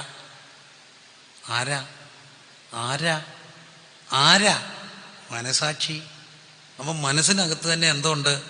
ഒരു നിയമമുണ്ട്. ഉണ്ടല്ലോ. അപ്പം പിന്നെ മനസാക്ഷി നിർജീവപ്പെടും. അപ്പം മനസാക്ഷി ഞാൻ പറയണേ, നിയമം ലംഘിച്ചാൽ എന്ത് കിട്ടും? ശിക്ഷ കിട്ടും. അപ്പോൾ അങ്ങനെ ദൈവത്തിൻ്റെ ശിക്ഷ. പക്ഷേ ഈ ദൈവശിക്ഷയ്ക്ക് ഒരു പ്രശ്നമുണ്ട് മക്കളെ. ലോകശിക്ഷയിൽ ഒരാളെ കോടതി അങ്ങ് വിധിച്ചു എന്ന് വെക്കുക, അവന് 40 കൊല്ലം കഠിന തടവാ, കിടക്കട്ടെ, അനുഭവിക്കട്ടെ. അത്ര കിരാതമായ മനുഷ്യ മനസാക്ഷിയെ ഒലച്ച കൊലപാതക കിടക്കട്ടെ. പക്ഷെ ഇഷ്ടൻ 10 വർഷം കഴിഞ്ഞപ്പോൾ അങ്ങ് ചത്തുപോയി. അടുത്ത 30 വർഷം കൂടെ മൊബൈൽ മോർച്ചറിയിൽ പൂജപ്പുര വെക്കുവോ? ഇല്ല. ചത്തു. എന്തോ തീർന്നു? ശിക്ഷ തീർന്നു. എന്നാൽ എൻ്റെ പൊന്നു മക്കളെ, നാട്ടുകാരെ, വീട്ടുകാരെ, കൂട്ടക്കാരെ എല്ലാവരും അറിഞ്ഞു ഈ ദൈവകോടതിക്കൊരു പ്രശ്നമുണ്ട്. ചത്താലും പൊക്കിയെടുക്കും. എന്നിട്ട് കൊണ്ട പച്ച കഥക്കനെ നിർത്തും. മരിച്ച ഒരു ആപാലവൃദ്ധം എവിടെ നിൽക്കുന്ന കണ്ടു? സിംഹാസനത്തിൻ്റെ. അപ്പം ചത്തുപോയാലും തീരത്തില്ല, പൊക്കിയെടുത്ത് കൊണ്ട് നിർത്തും. ഒരിക്കൽ മരിക്കുകയും പിന്നെ മരിച്ചവരാവാല വൃദ്ധം എവിടെ നിൽക്കുന്നത് കണ്ടു. ദൈവ വെളിപ്പാട് ദിവസം പറയുന്ന സിംഹാസനത്തിന് മുമ്പിൽ നിൽക്കുന്നത് കണ്ടു. അപ്പോൾ അവനവന് അവിശ്വാസികൾ, ഭീരുക്കൾ, അവിശ്വാസികൾ എന്ന് പറഞ്ഞൊരു ലിസ്റ്റ് പറയുക. അപ്പോൾ അവർക്കുള്ള ഓഹരി തീയും ഗന്ധവും കത്തുന്ന പൊയ്ക അത്രേ. ഇത് രണ്ടാമത്തെ മരണം. അപ്പം കേട്ടോ, ശിക്ഷ. നിയമം ലംഘിച്ച എന്ത് കിട്ടും? ശിക്ഷ. അതെന്താ? ന്യായപ്രമാണം കൊടുത്തത് ശിക്ഷിക്കാനല്ല, രക്ഷിക്കാനാണ്. പക്ഷേ രക്ഷാകാരണമായി നിയമം മനുഷ്യനെന്തായി? ശിക്ഷാകാരണമായി. എന്തിനാ? നന്മ ചെയ്യണമെന്ന് ആഗ്രഹമുണ്ടെങ്കിലും അതിന് സമ്മതിക്കാത്തൊരു തിന്മയുടെ പ്രമാണം ഇവിടെ ഇരിക്കുക, അവയവത്തിലിരിക്കുക. മനസ്സിലാവുന്നുണ്ടോ? പിള്ളേരെല്ലാം നല്ല മക്കളാണ്. മക്കളെ പഠിക്കണമെന്ന് ഇഷ്ടമില്ലാത്ത ഒറ്റ മക്കളുണ്ടോ? ഉണ്ടോ? പഠിക്കാൻ ഇഷ്ടമാണോ? പഠിക്കണ്ടേ? പഠിക്കണം. അവരതുകൊണ്ട് തീരുമാനിച്ചു ഈ വർഷം പഠിക്കും. അതുപോലെ വിശ്വാസികളും എല്ലാ 31-നും തീരുമാനിക്കും അടുത്ത വർഷം കർത്താവിന് വേണ്ടി ജീവിക്കും. എന്നോട് എൻ്റെ ഒരു സുഹൃത്ത് പറഞ്ഞു, അളിയ ഞാനൊരു പുതിയ തീരുമാനം എടുത്തു. എന്ത്? എടാ, കഠിനമായ തീരുമാനമാണ്. കഠിനമായ ഈ വർഷത്തെ തീരുമാനം. എന്താടാ അളിയ? എൻ്റെ അളിയ ഒരു തീരുമാനം എടുക്കുന്നില്ലെന്നങ്ങ് തീരുമാനിച്ചു. കാരണം കുറേ നാളായിട്ട് തീരുമാനിക്കുന്നതല്ലാതെ ഒരു കാര്യം നടക്കുന്നില്ല. അതാണ് കുഴപ്പം. നന്മ ചെയ്യണമെന്ന് ആഗ്രഹം ഉണ്ടെങ്കിലും സമ്മതിക്കാതെ, പഠിക്കണമെന്ന് ആഗ്രഹമുണ്ട് പിള്ളേർക്ക്. അതിന് പല പിള്ളേരും നേരത്തെ കിടക്കും. പണ്ട് 10ാം ക്ലാസ്സിൽ കയറുമ്പോൾ അപ്പ കൊടുക്കുന്ന ഒരു സമ്മാനമുണ്ട് പിള്ളേർക്ക്. എന്താ മേടിച്ചു കൊടുക്കും? ഇപ്പോഴാണ് മൊബൈലിൽ അലാറം, മറ്റേ എന്തോ ക്ലോക്ക്, ടൈം പീസ് കണ്ടിട്ടുള്ളവരൊന്ന് കൈ പൊക്കിക്കേ. വെക്കും. എത്ര മണിക്കാ? 4 മണിക്ക്. എന്നിട്ട് എന്തോ ചെയ്യും? നടിക്കും. എന്നിട്ട് നമ്മളെന്തോ ചെയ്യും? എത്തിക്കുത്തി എന്തോ ചെയ്യും? ഓഫ് ചെയ്യും. എന്നിട്ട് വീണ്ടും എന്ത് ചെയ്യും? ഉറങ്ങും. ഇത് തന്നെയാണ് അലാറം അടിക്കും, അലാറം ഓഫ് ചെയ്യും, ഉറങ്ങും. എന്നിട്ട് പരീക്ഷ വരുമ്പം തലേദിവസം ഉണർന്നിരിക്കും. പരീക്ഷ ഹാളിലെല്ലാം മറന്നുപോകും. കണ്ടോ? എന്താ? നന്മ ചെയ്യണമെന്ന് ആഗ്രഹമുണ്ട്. എപ്പോഴും ഓർത്തോണം, ഏത് കല്യാണത്തിന് പോയാലും ഐസ്ക്രീം രണ്ടാമതും മേടിക്കുന്നവൻ അവൻ്റെ ഷുഗർ 500 ആയിരിക്കും. അവരാണ് ഈ പിന്നെയും എന്നാൽ വീട്ടിൽ കൊടുക്കത്തില്ല. എടോ ഇടടോ പീസ് ഇടോ ഇങ്ങോട്ട് തനിക്ക് എന്ന് പറഞ്ഞാൽ പീസ് തന്നെ ചോദിച്ച് എടുക്കുന്നതിൻ്റെ കൊളസ്ട്രോൾ 300 ആയിരിക്കും. എന്താ? വീട്ടിൽ തരത്തില്ല. നന്മ ചെയ്യണം, അതിന് അവച്ചാ കഴിക്കണ്ടേ. കല്യാണത്തിന് പോകുമ്പോൾ മാത്രമേ ഉദ്ദേശിച്ച് ഞാൻ ഇതൊക്കെ എന്ത് ചെയ്യത്തുള്ളൂ? കഴിക്കത്തുള്ളൂ. പക്ഷെ ഒറ്റ കല്യാണം മുടക്കത്തില്ല. എന്നും എന്തുണ്ട്? കല്യാണം. പ്രത്യേകിച്ച് ഞങ്ങൾക്ക് ഉദ്ദേശിമാർക്ക് എന്നും എന്താ? കല്യാണം. അപ്പം നന്മ ചെയ്യണമെന്ന് ആഗ്രഹം ഉണ്ടെങ്കിലും അതിന് സമ്മതിക്കാത്തൊരു തിന്മയുടെ പ്രമാണം അവയവത്തിൽ വ്യാപരിച്ച് പാപത്തിന് എന്താക്കി? ബദ്ധനാക്കി. അപ്പം തെറ്റ് നിയമം കൊടുത്തു. എന്താ? ശിക്ഷ. മറാനൊക്കു നിയമം രക്ഷിക്കാൻ കൊടുത്ത എന്തായി? ശിക്ഷ കാരണമായി. എന്നിട്ടും ശരിയാകുന്നില്ലെന്ന് കണ്ടപ്പോൾ നിയമം കുറച്ചുകൂടെ ഒന്ന് കഠിനമാക്കി. ആ കഠിനമാക്കിയ നിയമമാണ് ശാപം വരുമെന്ന് പറഞ്ഞു. ശാപം വരുമെന്ന് പറഞ്ഞത് ശപിക്കാനാണോ? അല്ല. എന്തിനാണെന്നറിയോ? രക്ഷിക്കാനാ. കാരണം ഈ മക്കൾ സമ്മതിക്കാത്തൊരു കാര്യമുണ്ട്. അപ്പനും അമ്മയും ജീവിക്കുന്ന ആർക്ക് വേണ്ടിയാ? അപ്പനും അമ്മയും ജീവിക്കുന്ന ആർക്ക് വേണ്ടിയാ? ഉണ്ടെന്നില്ല ഒറ്റ ഒരെണ്ണം. അപ്പനും അമ്മയും ജീവിക്കുന്ന ആർക്ക് വേണ്ടിയാ? ആർക്ക് വേണ്ടിയാ? മക്കൾക്ക് വേണ്ടിയാ. സമ്മതിച്ചല്ലോ. അത് ബോധമുള്ള ഒന്നും 18 ഇറങ്ങിപ്പോത്തില്ല. പോമോ? ഇല്ല. 18 ആകുമ്പോൾ പോലീസ് സ്റ്റേഷനിൽ ചെന്ന് ഇരിക്കുമ്പോൾ ഇതിന് കണ്ട പാവം പോലും ഇല്ലെന്നേ. ഞാൻ എത്ര ഇടത്താ പോകുന്നത്, കണ്ട പാവം പോലും ഇല്ല. ഇതാരാ? അതിൻ്റെ ഒരു നിപ്പ് കാണണം. അയ്യോ, തൊടാനൊക്കെ 18 കഴിഞ്ഞില്ലേ? സത്യത്തെ അതിനെ അങ്ങ് അടിച്ച് കൊല്ലാൻ തോന്നും. കാരണം ഇത് അമ്മയല്ലേ, അപ്പനല്ലേ. ഞാൻ പോകും, എനിക്ക് പോകണ്ട, എനിക്ക് ഇവരുടെ പോകേ വേണ്ട എന്ന് പറഞ്ഞ് പോകുന്നതൊക്കെ ഓർത്തോണേ. ഈ അപ്പനും അമ്മയും ജീവിച്ച ആർക്ക് വേണ്ടിയാ? മക്കൾക്ക് വേണ്ടിയാ. ഞാൻ എല്ലാ മക്കളോടും പറയും, അവർ ജീവകാലത്ത് കഷ്ടപ്പെട്ടതിൻ്റെ എല്ലാം സങ്കടം മാറുന്ന ഒറ്റ ദിവസമാണ്. 10 പേരെ പിടിച്ച് നിൻ്റെയൊക്കെ കല്യാണം നടത്തുമ്പോൾ അന്നേരം ഞങ്ങളുടെ ഉപദേശി പറയും, ഇപ്പോൾ സ്വന്തമായിട്ടോ ഉത്തരവാദിത്തപ്പെട്ടവരോ അവരെ സ്റ്റേജിലേക്ക് ആനയിക്കാവുന്നതാണ്. അന്നേരമാണ് ഗമയിൽ 2 പേര് കയറി വരും. ആരാ? അപ്പനും അമ്മയും. അവർക്ക് ജീവിതത്തിൽ കിട്ടുന്ന വലിയൊരു സംഭവം അല്ലേ? അപ്പം നോക്കണേ എൻ്റെ പ്രിയരെ, അത് കളയരുത് കേട്ടോ. അപ്പം നോക്കണം, അപ്പനും അമ്മയും ജീവിക്കുന്ന ആർക്ക് വേണ്ടിയാ? മക്കൾക്ക് വേണ്ടിയാ. മക്കൾക്ക് ദോഷം വരുന്ന എന്തെങ്കിലും ചെയ്യുമോ? ഇല്ല. അപ്പം ശാപം വരുന്നത് നമുക്ക് മാത്രമല്ല, എത്ര പേർക്ക് വരാം? 4 തലമുറ വരെ വരാം. അതിന് കാരണമുണ്ട്. ഒന്ന് മക്കൾ. ഇനി മക്കളെക്കാട്ടി ഇഷ്ടം ആരെയാ? മക്കളെക്കാട്ടി ഇഷ്ടം ആരെയാ? സമ്മതിക്കത്തില്ല. മക്കളെക്കാട്ടി ഇഷ്ടം ആരെയാ? കൊച്ചുമക്കളെയാണ്. നമ്മൾ സാധാരണ പറയുന്നൊരു കാര്യമുണ്ട്, ഇപ്പോഴാണ് പിള്ളേരെയൊക്കെ തല്ല് പറഞ്ഞു. മക്കളെ ഈ വല്യപ്പനും വല്യമ്മയും വളർത്തിയ പിള്ളേരെ പിഴച്ചു പോകുമെന്ന് പറയും. കുറച്ച് സത്യമുണ്ട്. കാരണം ഇവരെന്തോ ചെയ്യത്തില്ല, തല്ലത്തില്ല. ഇപ്പോൾ തല്ല് കുറവാണ് സത്യത്തിൽ. പ്രത്യേകിച്ച് വിദേശത്തൊക്കെ പോയാൽ ഇപ്പം തല്ലാനും ഒക്കത്തില്ല. എന്നാൽ എന്നെയൊക്കെ തല്ലുന്ന അതിശാസ്ത്രീയമായിട്ടായിരുന്നു. എന്തോ ഒരു ശാസ്ത്രീയമായ അടിയായിരുന്നു. നിക്കർ ഊരി എണ്ണ ചൂടാക്കി പുരട്ടി വടി വെട്ടിക്കൊണ്ട് വന്ന് നമ്മുടെ മുമ്പിൽ ഇരുന്ന ഇത് കലാപരിപാടിയാണ്. കുറേ നേരത്തെ ഇതങ്ങ് തീരത്തില്ല. വടി വെട്ടി വഴറ്റി വടി വരുമോ ഇല്ല. മിലിറ്ററി അടിയായിരുന്നു. എൻ്റെ പൊന്നെ, എൻ്റെ അപ്പ അടി കഴിഞ്ഞ് പോകുമ്പോൾ, അവധി കഴിഞ്ഞ് പോകുമ്പോൾ ഞാൻ പാടിയിട്ടുണ്ട്, ഞാനും പെങ്ങളും കൂടെ. സന്തോഷം വന്നല്ലോ, സന്താപം തീർന്നല്ലോ, സന്തോഷം എന്നി വന്നല്ലോ. അത്ര അടിയായിരുന്നു. പക്ഷെ എനിക്ക് മക്കളുണ്ടായപ്പോൾ അടിക്കാൻ സമ്മതിക്കത്തില്ല. ഞാനൊരു വട്ടം കൊച്ചിനെ അടിക്കാൻ പിടിച്ചപ്പോൾ അപ്പ പറഞ്ഞ് അടിക്കരുത്. ഞാൻ അതെന്നെ അടിക്കരുതേ. അതെ, എൻ്റെ ഇവിടെ ഏതാണ്ട്. അപ്പം ഞാൻ ചോദിച്ചു, അപ്പം നമ്മളെ അടിച്ചപ്പോൾ ഒരു ഏതാണ്ട് ഇല്ലായിരുന്നില്ലേ? എടാ അങ്ങനെ പറയില്ലടാ, ഇവിടെ ഏതാണ്ട്. ഞാൻ ദൂരെ ഇട്ട് അടിച്ചോളാം. ഞാനൊരടി കൊടുക്കേ ഇഷ്ടം പുറകിൽ നിന്നൊരടി എൻ്റെ കന്നം തീർന്നു. എന്നിട്ട് പറയാം, കുറേ നാളായി അടിച്ചിട്ടുണ്ട്. എങ്ങനെ ആരോഗ്യമൊക്കെ നോക്കിയാന്ന്. അന്നേരം 3 പിള്ളേരുടെ അപ്പനെ കണ്ടോ കൊണ്ടു. ആരെ അടിച്ചപ്പം? കൊച്ചുമക്കളെ. അപ്പം വൃദ്ധൻ്റെ മക്കൾ വൃദ്ധൻ്റെ കിരീടം അല്ലേ? കിരീടമാണ്. വല്ല അവർക്ക് ഭയങ്കര സന്തോഷം. അപ്പോൾ ഈ മക്കൾക്കോ മക്കൾക്കോ ഒക്കെ ദോഷം വരുന്നോ ചെയ്യുമോ? ഇല്ല. അതിനാണ് ശാപം വരുമെന്ന് പറഞ്ഞത്. ശപിക്കാനല്ല. മക്കളെയും മക്കളെയും ഒക്കെ ഓർത്ത് മര്യാദയ്ക്ക് എന്ത് ചെയ്യണം? ജീവിക്കണം. പക്ഷെ അകത്ത് എന്തോ ഇരിക്കുക? പാപം. ഈ പാപം എന്തോ ചെയ്യിപ്പിച്ചു? പാപം അരുതാത്ത് ചെയ്യിപ്പിച്ചു. എന്തോ വന്നു? ശിക്ഷയുടെ കൂടെ എന്തുകൂടെ വന്നു? ശാപം കൂടെ വന്നു. ശാപം ഉണ്ടോ എന്നൊക്കെ ചോദിച്ചാൽ ശാപമുണ്ട്. എൻ്റെ ഒരു പ്രിയപ്പെട്ട സുഹൃത്തുണ്ട്. അദ്ദേഹം ഒരു അച്ഛൻ്റെ മകനാ, പള്ളിയിലച്ഛൻ്റെ മോനാ. അപ്പം അദ്ദേഹം പറയുന്ന ഒരു കാര്യമുണ്ട്. അച്ഛൻ പറഞ്ഞൊരു സംഭവമാണ്. ഒരു പള്ളിയിൽ അച്ഛൻ്റെയൊക്കെ ആ ഇടവകയുടെ അവിടെ നടന്ന ഒരു പഴയ കാലത്ത് നടന്നൊരു കാര്യമാണ്. പ്രായമുള്ളൊരു വൈദികനാണ്. അപ്പോൾ 2 വിശ്വാസികൾ തമ്മിൽ എന്തോ പ്രശ്നമുണ്ടായി. പള്ളി ഇടവക വഴക്കുണ്ടായി. അപ്പോൾ ഒരാളുടെ വീട്ടിൽ, ഈ പള്ളിയിൽ ഒരാളുടെ ഏതാണ്ട് മാമോദീസ നടക്കുക. അപ്പോൾ ഈ മാമോദീസ സെറിമണി നടക്കാതിരിക്കാൻ വേണ്ടി മാമോദീസയുടെ തലേ രാത്രിയിൽ ഏതാണ്ട് മറ്റേ കൂട്ടർ ഓട് പൊളിച്ച് പള്ളിക്കകത്ത് ഇറങ്ങിയിട്ടൊരു മാമോദീസ തൊട്ടിലിനകത്ത് വെളിക്കിറങ്ങി. മാമോദീസ അപ്പോൾ രാവിലെ വരുമ്പോൾ വെളിക്കിറങ്ങി കിടക്കുന്നതിനകത്ത് ആരെങ്കിലും മാമോദീസ മുക്കുമോ? പള്ളി ചെയ്ത പിന്നെ ആരും ആ പള്ളി മാമോദീസ മുക്കാതായി. പള്ളി ഓൾമോസ്റ്റ് അടച്ചിടുന്ന പോലായി.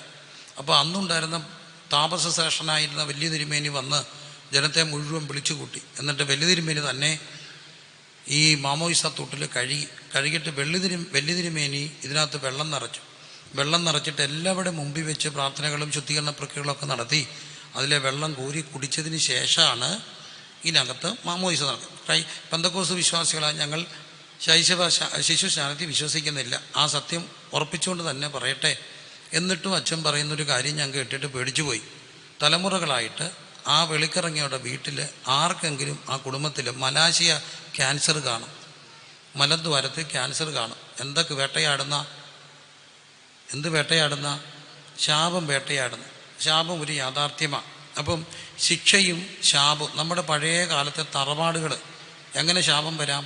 ശാപം പല രീതി വരാം. ദരിദ്രൻ്റെ കണ്ണീര് വീണ കൂലി നിലവിളിച്ചാൽ എന്തോ വരും?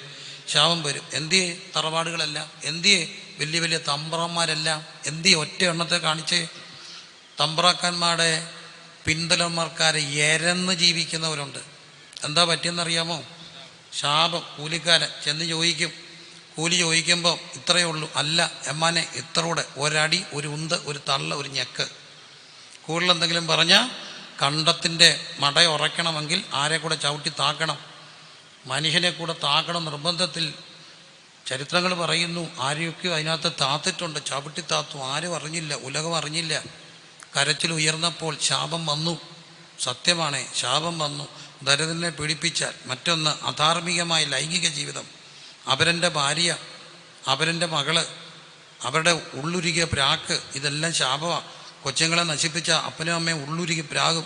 എൻ്റെ കൊച്ചിനെ തൊലച്ചോ മുടിഞ്ഞു പോകുന്നു. ഏക്കും ഇതൊക്കെ. കാരണം കൂടാത്ത ശാപം എന്ത് ചെയ്യത്തില്ല? ഏക്കത്തില്ല. മനസ്സിലാകുന്നുണ്ടോ? കാരണം കൂടി ഏക്കും. അനിയൻ മരിച്ചുപോയി. അനിയൻ്റെ ഭാര്യയും പിള്ളേരെയും വീതം കൊടുക്കാതെ ഇറക്കിവിട്ട ചേട്ട അനുഭവിച്ചേ ഒക്കത്തുള്ളൂ. എന്താ കാര്യം? വിധവയുടെ കണ്ണീരാ. പിന്നെ വേറൊരു കൂട്ടരുണ്ട്, ഉപദേശിക്കിട്ട് പണി കൊടുത്തോ, ഇരുന്ന് മേടിക്കും, എരന്ന് അനുഭവിക്കും. ഇത് പൗരോഹിത്യ മതത്തിൻ്റെ ഭീഷണിയായിട്ടൊന്നും കാണണ്ട. സഭയെ പ്രശ്നം ഉണ്ടാക്കിയാൽ എന്തോ വരും? ശാപം വരും. ഞാനിതെല്ലാം കാണുന്നതും അനുഭവിക്കുന്നതും കണ്ടിട്ടുള്ളതും ചരിത്രങ്ങളൊന്നും കാത്തിരുന്ന് കണ്ടാൽ മതി. അപ്പം നോക്കണം, ഇതെല്ലാം എന്ത് വരുത്തും? ശാപം വരുത്തും. അപ്പം ശിക്ഷയും ശാപവും മരണവും എത്ര പിള്ളേർ എന്നോട് പറഞ്ഞിട്ടുണ്ട്, പക്ഷേ പറഞ്ഞിട്ട് കാര്യമില്ല, പ്രാർത്ഥിച്ചിട്ടൊന്നും കാര്യമില്ല. അനുഭവിക്കാൻ വേണ്ടി ഇഷ്ടം പോലെ ഉണ്ടാക്കി വെച്ചിട്ടാണ് കാർന്നൂർ പോയത് ഇഷ്ടം പോലെ ഉണ്ടാക്കി വെച്ചിട്ട് അനുഭവിക്കാനാ, തീർക്കാം, ഇവിടം കൊണ്ടെങ്കിലും തീരട്ട്. അപ്പം നോക്കണം, എന്തോ വേട്ടയാടുക, ശാപം വേട്ടയാടുന്ന കുടുംബങ്ങൾ, ശാപം വേട്ടയാടുന്ന മനുഷ്യർ, എന്തോ ഒന്നും ഭീകരമായി വേട്ടയാടപ്പെടുന്ന പോലെ ചരിത്രങ്ങൾ ആവർത്തിക്കപ്പെടുന്നു. എന്താ പോംവഴി? എന്താ പരിഹാരം? അടുത്തൊരു പരിഹാരം കൊണ്ടുവന്നു. ആ പരിഹാരം സിമ്പിളാ. നീ മരിക്കേണ്ടിടത്ത് മൃഗത്തെ മരിച്ചാൽ മതി, കൊല്ലപ്പെട്ടാൽ മതി. യാഗം വന്നു. വേദപുസ്തകത്തിൻ്റെ ചരിത്രത്തിൽ യാഗങ്ങൾ പ്രധാനപ്പെട്ട ഒരു കാര്യം. യാഗം സത്യത്തിൽ നിന്റെ പാപത്തിൻ്റെ പരിഹാര പ്രക്രിയയായി മൃഗമോ കാളക്കിടാവോ കുറുമ്പ്രാവിനെയോ ഒക്കെ എന്ത് ചെയ്യുക? മരിക്കുക അല്ലേ? പക്ഷേ അവിടെ ഒരു പ്രശ്നമുണ്ട്. എബ്രായ ലേഖനം പറയുന്നു, ഏത് പുരോഹിതനും ദിവസേന ശുശ്രൂഷയും പാപങ്ങളെ പരിഹരിപ്പാൻ ഒരു നാളും കഴിയാത്ത അതേ യാഗങ്ങളെ കൂടെ കഴിക്കുന്നു. ശ്രദ്ധിക്കണേ, കൂടെ കഴിക്കുന്നു. എന്താ കാര്യം? തെറ്റ് ചെയ്യുന്നു, പരിഹാരം ചെയ്യുന്നു. പക്ഷെ വീണ്ടും പരിഹാര പ്രക്രിയ എന്ത് ചെയ്യും? വീണ്ടും എന്ത് ചെയ്യും? പാപം ചെയ്യുമോ? വീണ്ടും എന്ത് ചെയ്യും?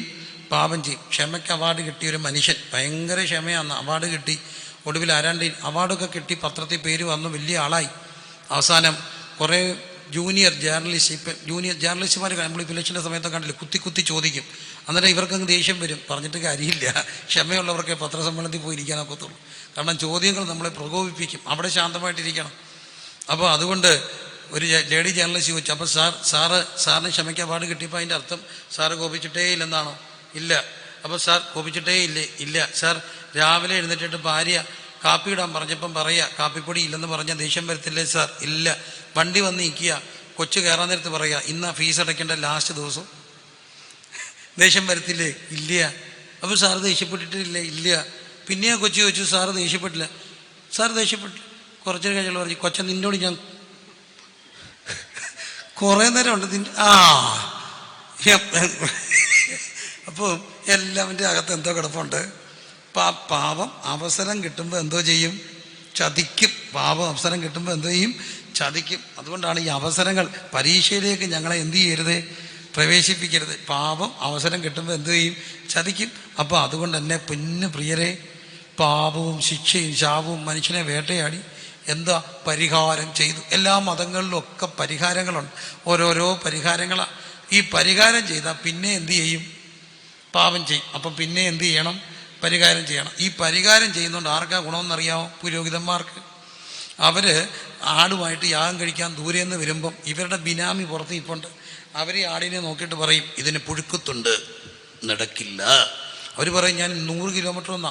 പറഞ്ഞിട്ട് കാര്യമില്ല, എടുക്കില്ല. ഇനി എന്തോ ചെയ്യണം? ഞങ്ങളുടെ ആടുണ്ട്, അതിനെന്തോ ചെയ്യണം? ഇത്ര രൂപ തരണം. ഇത്ര രൂപ തരാൻ പൈസയില്ല. പറഞ്ഞിട്ട് കാര്യമില്ല. അവസാനം പാവം എങ്ങനെങ്കിലും കൊടുക്കും. അതിനാണ് തമ്പുരാൻ ഇങ്ങോട്ട് വന്നിട്ട് എല്ലാം മറിച്ചിട്ട് ചമ്മട്ടി കൊണ്ട് എന്ത് ചെയ്തു?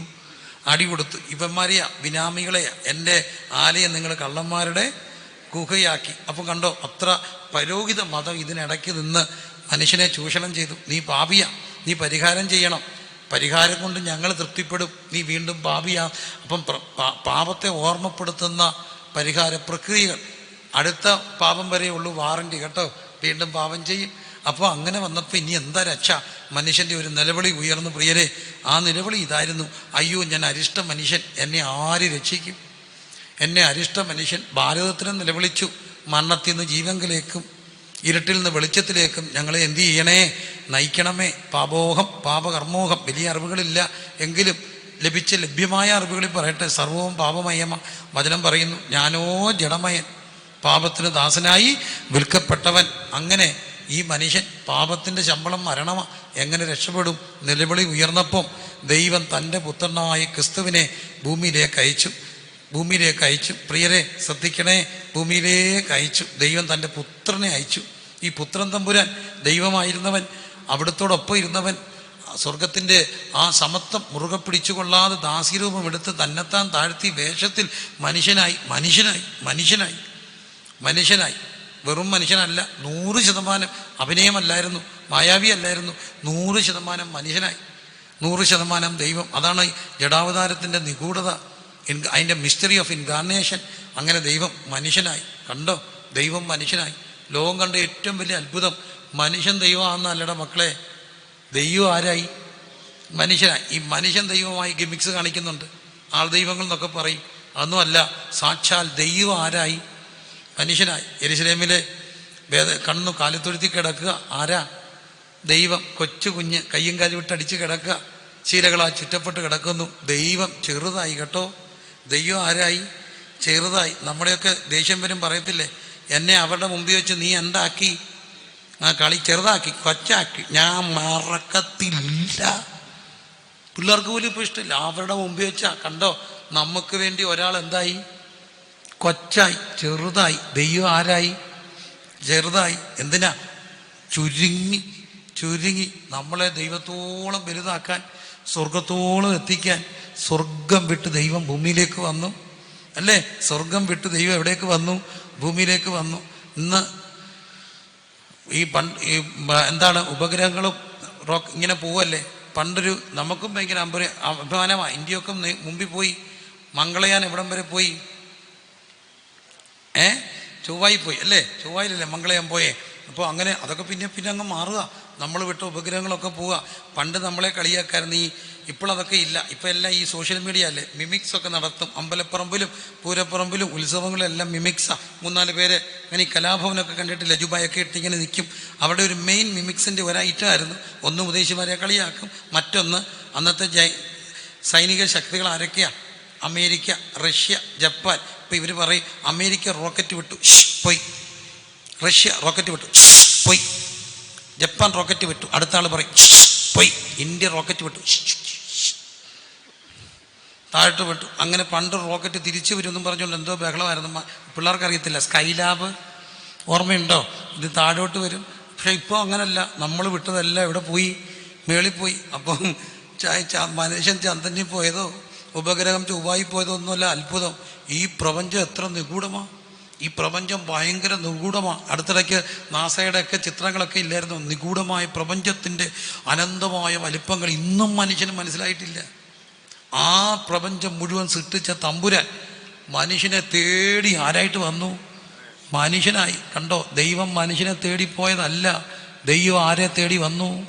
മനുഷ്യനെ തേടി വന്നു.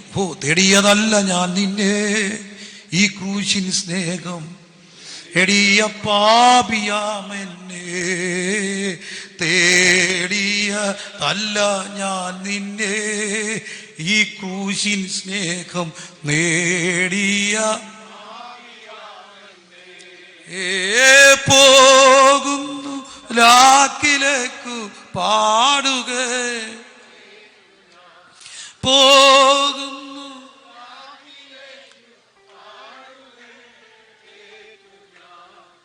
ആറുവാൻ കണ്ടോ, ഈ ക്രൂശ് ദൈവം മനുഷ്യനെ തേടി വന്നു. മനുഷ്യൻ ദൈവത്തെ തേടി പോകുന്നുണ്ട്. ഈശ്വരനെ തേടി ഞാൻ അലഞ്ഞു, കടലുകൾ കടന്ന് ഞാൻ തിരഞ്ഞു, അവിടെയും ഇല്ല ഇവിടെയും ഇല്ല ഈശ്വരൻ.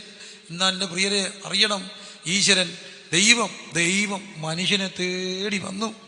മനുഷ്യനെ തേടി വന്ന ദൈവം മനുഷ്യനായി അവതരിച്ചു. കന്യക ഗർഭിണിയായി ഒരു മകനെ പ്രസവിക്കും. അവൻ തൻ്റെ ജനത്തെ അവരുടെ പാപങ്ങൾ രക്ഷിപ്പായിരിക്കൊണ്ട് അവന് യേശു എന്ന പേരിൽ അവൻ ഇമ്മാനുവേൽ, ദൈവം നമ്മോട് കൂടെ മനുഷ്യരുടെ ഇടയിൽ വസിച്ചു. മുത്സാര ഭയത്താൽ മുമ്പോട്ട് പോകട്ടെ.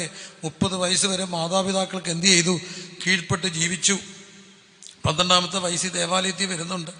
പിന്നെ 30 കാണുക, ചരിത്രം പറയുന്നു, വിശ്വസിക്കപ്പെടുന്നു. ഇടക്കാലങ്ങളിൽ എവിടാ?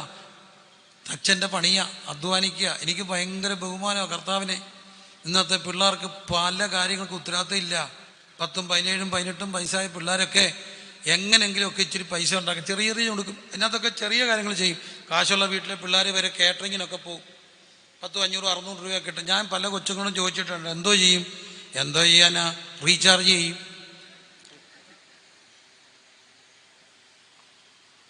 റീചാർജ് ചെയ്യും, പിന്നെന്തോ ചെയ്യാനാ? പെട്രോൾ അടിക്കും, പിന്നെന്തോ കറങ്ങും. കറങ്ങണം, പെട്രോൾ അടിക്കണം എന്നല്ലാതെ ഒരു ഉദ്ദേശവും ഇല്ല. ഉണ്ടോ? ഇല്ല. അതിനത്ര കാര്യമുള്ളൂ. എങ്ങനെയെങ്കിലും കറങ്ങുക, വൈകിട്ടൊരു കുഴിമന്തി അടിക്കുക. ഈ പിള്ളേരെല്ലാം കൂടെ കുഴിമന്തി അടിച്ചടിച്ച് അവരുടെ കുഴിമാന്തുക എന്നുള്ളത് സത്യം മനസ്സിലാക്കണേ പ്രിയരെ. മാസത്തിൽ ഒരിക്കൽ കൂടുതൽ കഴിക്കരുത് കുഞ്ഞുങ്ങളെ. നിങ്ങളുടെ എട്ടപാട് തെറ്റിപ്പോൾ. ഞാൻ 2 ദിവസം അടുപ്പിച്ച് ഈ സാധനം പോയ വഴിക്ക് കഴിക്കേണ്ട വന്നു. എൻ്റെ പൊന്നെ, ഞാൻ 2 ദിവസമായിട്ട് ഹോസ്പിറ്റലിൽ നിന്ന് ഇങ്ങോട്ട് വരുന്നത്. എൻ്റെ പൊന്നിനോട് പറയുക, വീട്ടിൽ വെക്കുന്ന വല്ലതൊക്കെ കഴിച്ചോണേ. ഇതെല്ലാം അഴുക്കുക. വല്ലപ്പോഴും വെല്ലം കഴിക്കാമെന്നല്ലാതെ ഇതൊന്നും സ്ഥിരം കഴിക്കാൻ കൊള്ളില്ല. നോക്കണം, വീട്ടിൽ വെക്കുന്ന കഴിക്കണം, അമ്മ തരുന്ന കഴിക്കണം. പോട്ടെ, എൻ്റെ വിഷയം അതല്ല. അപ്പോൾ ലക്ഷ്യബോധം ഉണ്ടോ? ഇല്ല. പക്ഷേ ഈ ഗുരു എന്തോ ചെയ്യാനെന്നറിയാമോ? തച്ചനായിരുന്നു, മരപ്പണിക്കാരനാ, അധ്വാനിച്ചു. ആ നല്ല പ്രായത്തിൽ കഷ്ടപ്പെട്ട് കേട്ടോ. അതുകൊണ്ടാണ് പറയുക, he was the Marxist before Karl Marx was born. അധ്വാനിക്കുന്നവരും ഭാരം ചുമക്കുന്നവരെ എൻ്റെ അടുക്കൽ വാന്ന് പറയാൻ കഴിഞ്ഞാൽ എന്താ? തോള് ഭാരം ചുമന്നൊരു ഗുരുവുണ്ട്. അതുകൊണ്ടൊരു ഗുണമുണ്ട് കേട്ടോ. ഇന്നും അധ്വാനിക്കുന്നവൻ്റെ ശരീരവേദന അറിയാവുന്ന ഒരുവനുണ്ട്. അധ്വാനിക്കുന്ന ഞാൻ കേട്ടിട്ടുണ്ട്, പറഞ്ഞിട്ടുണ്ട്.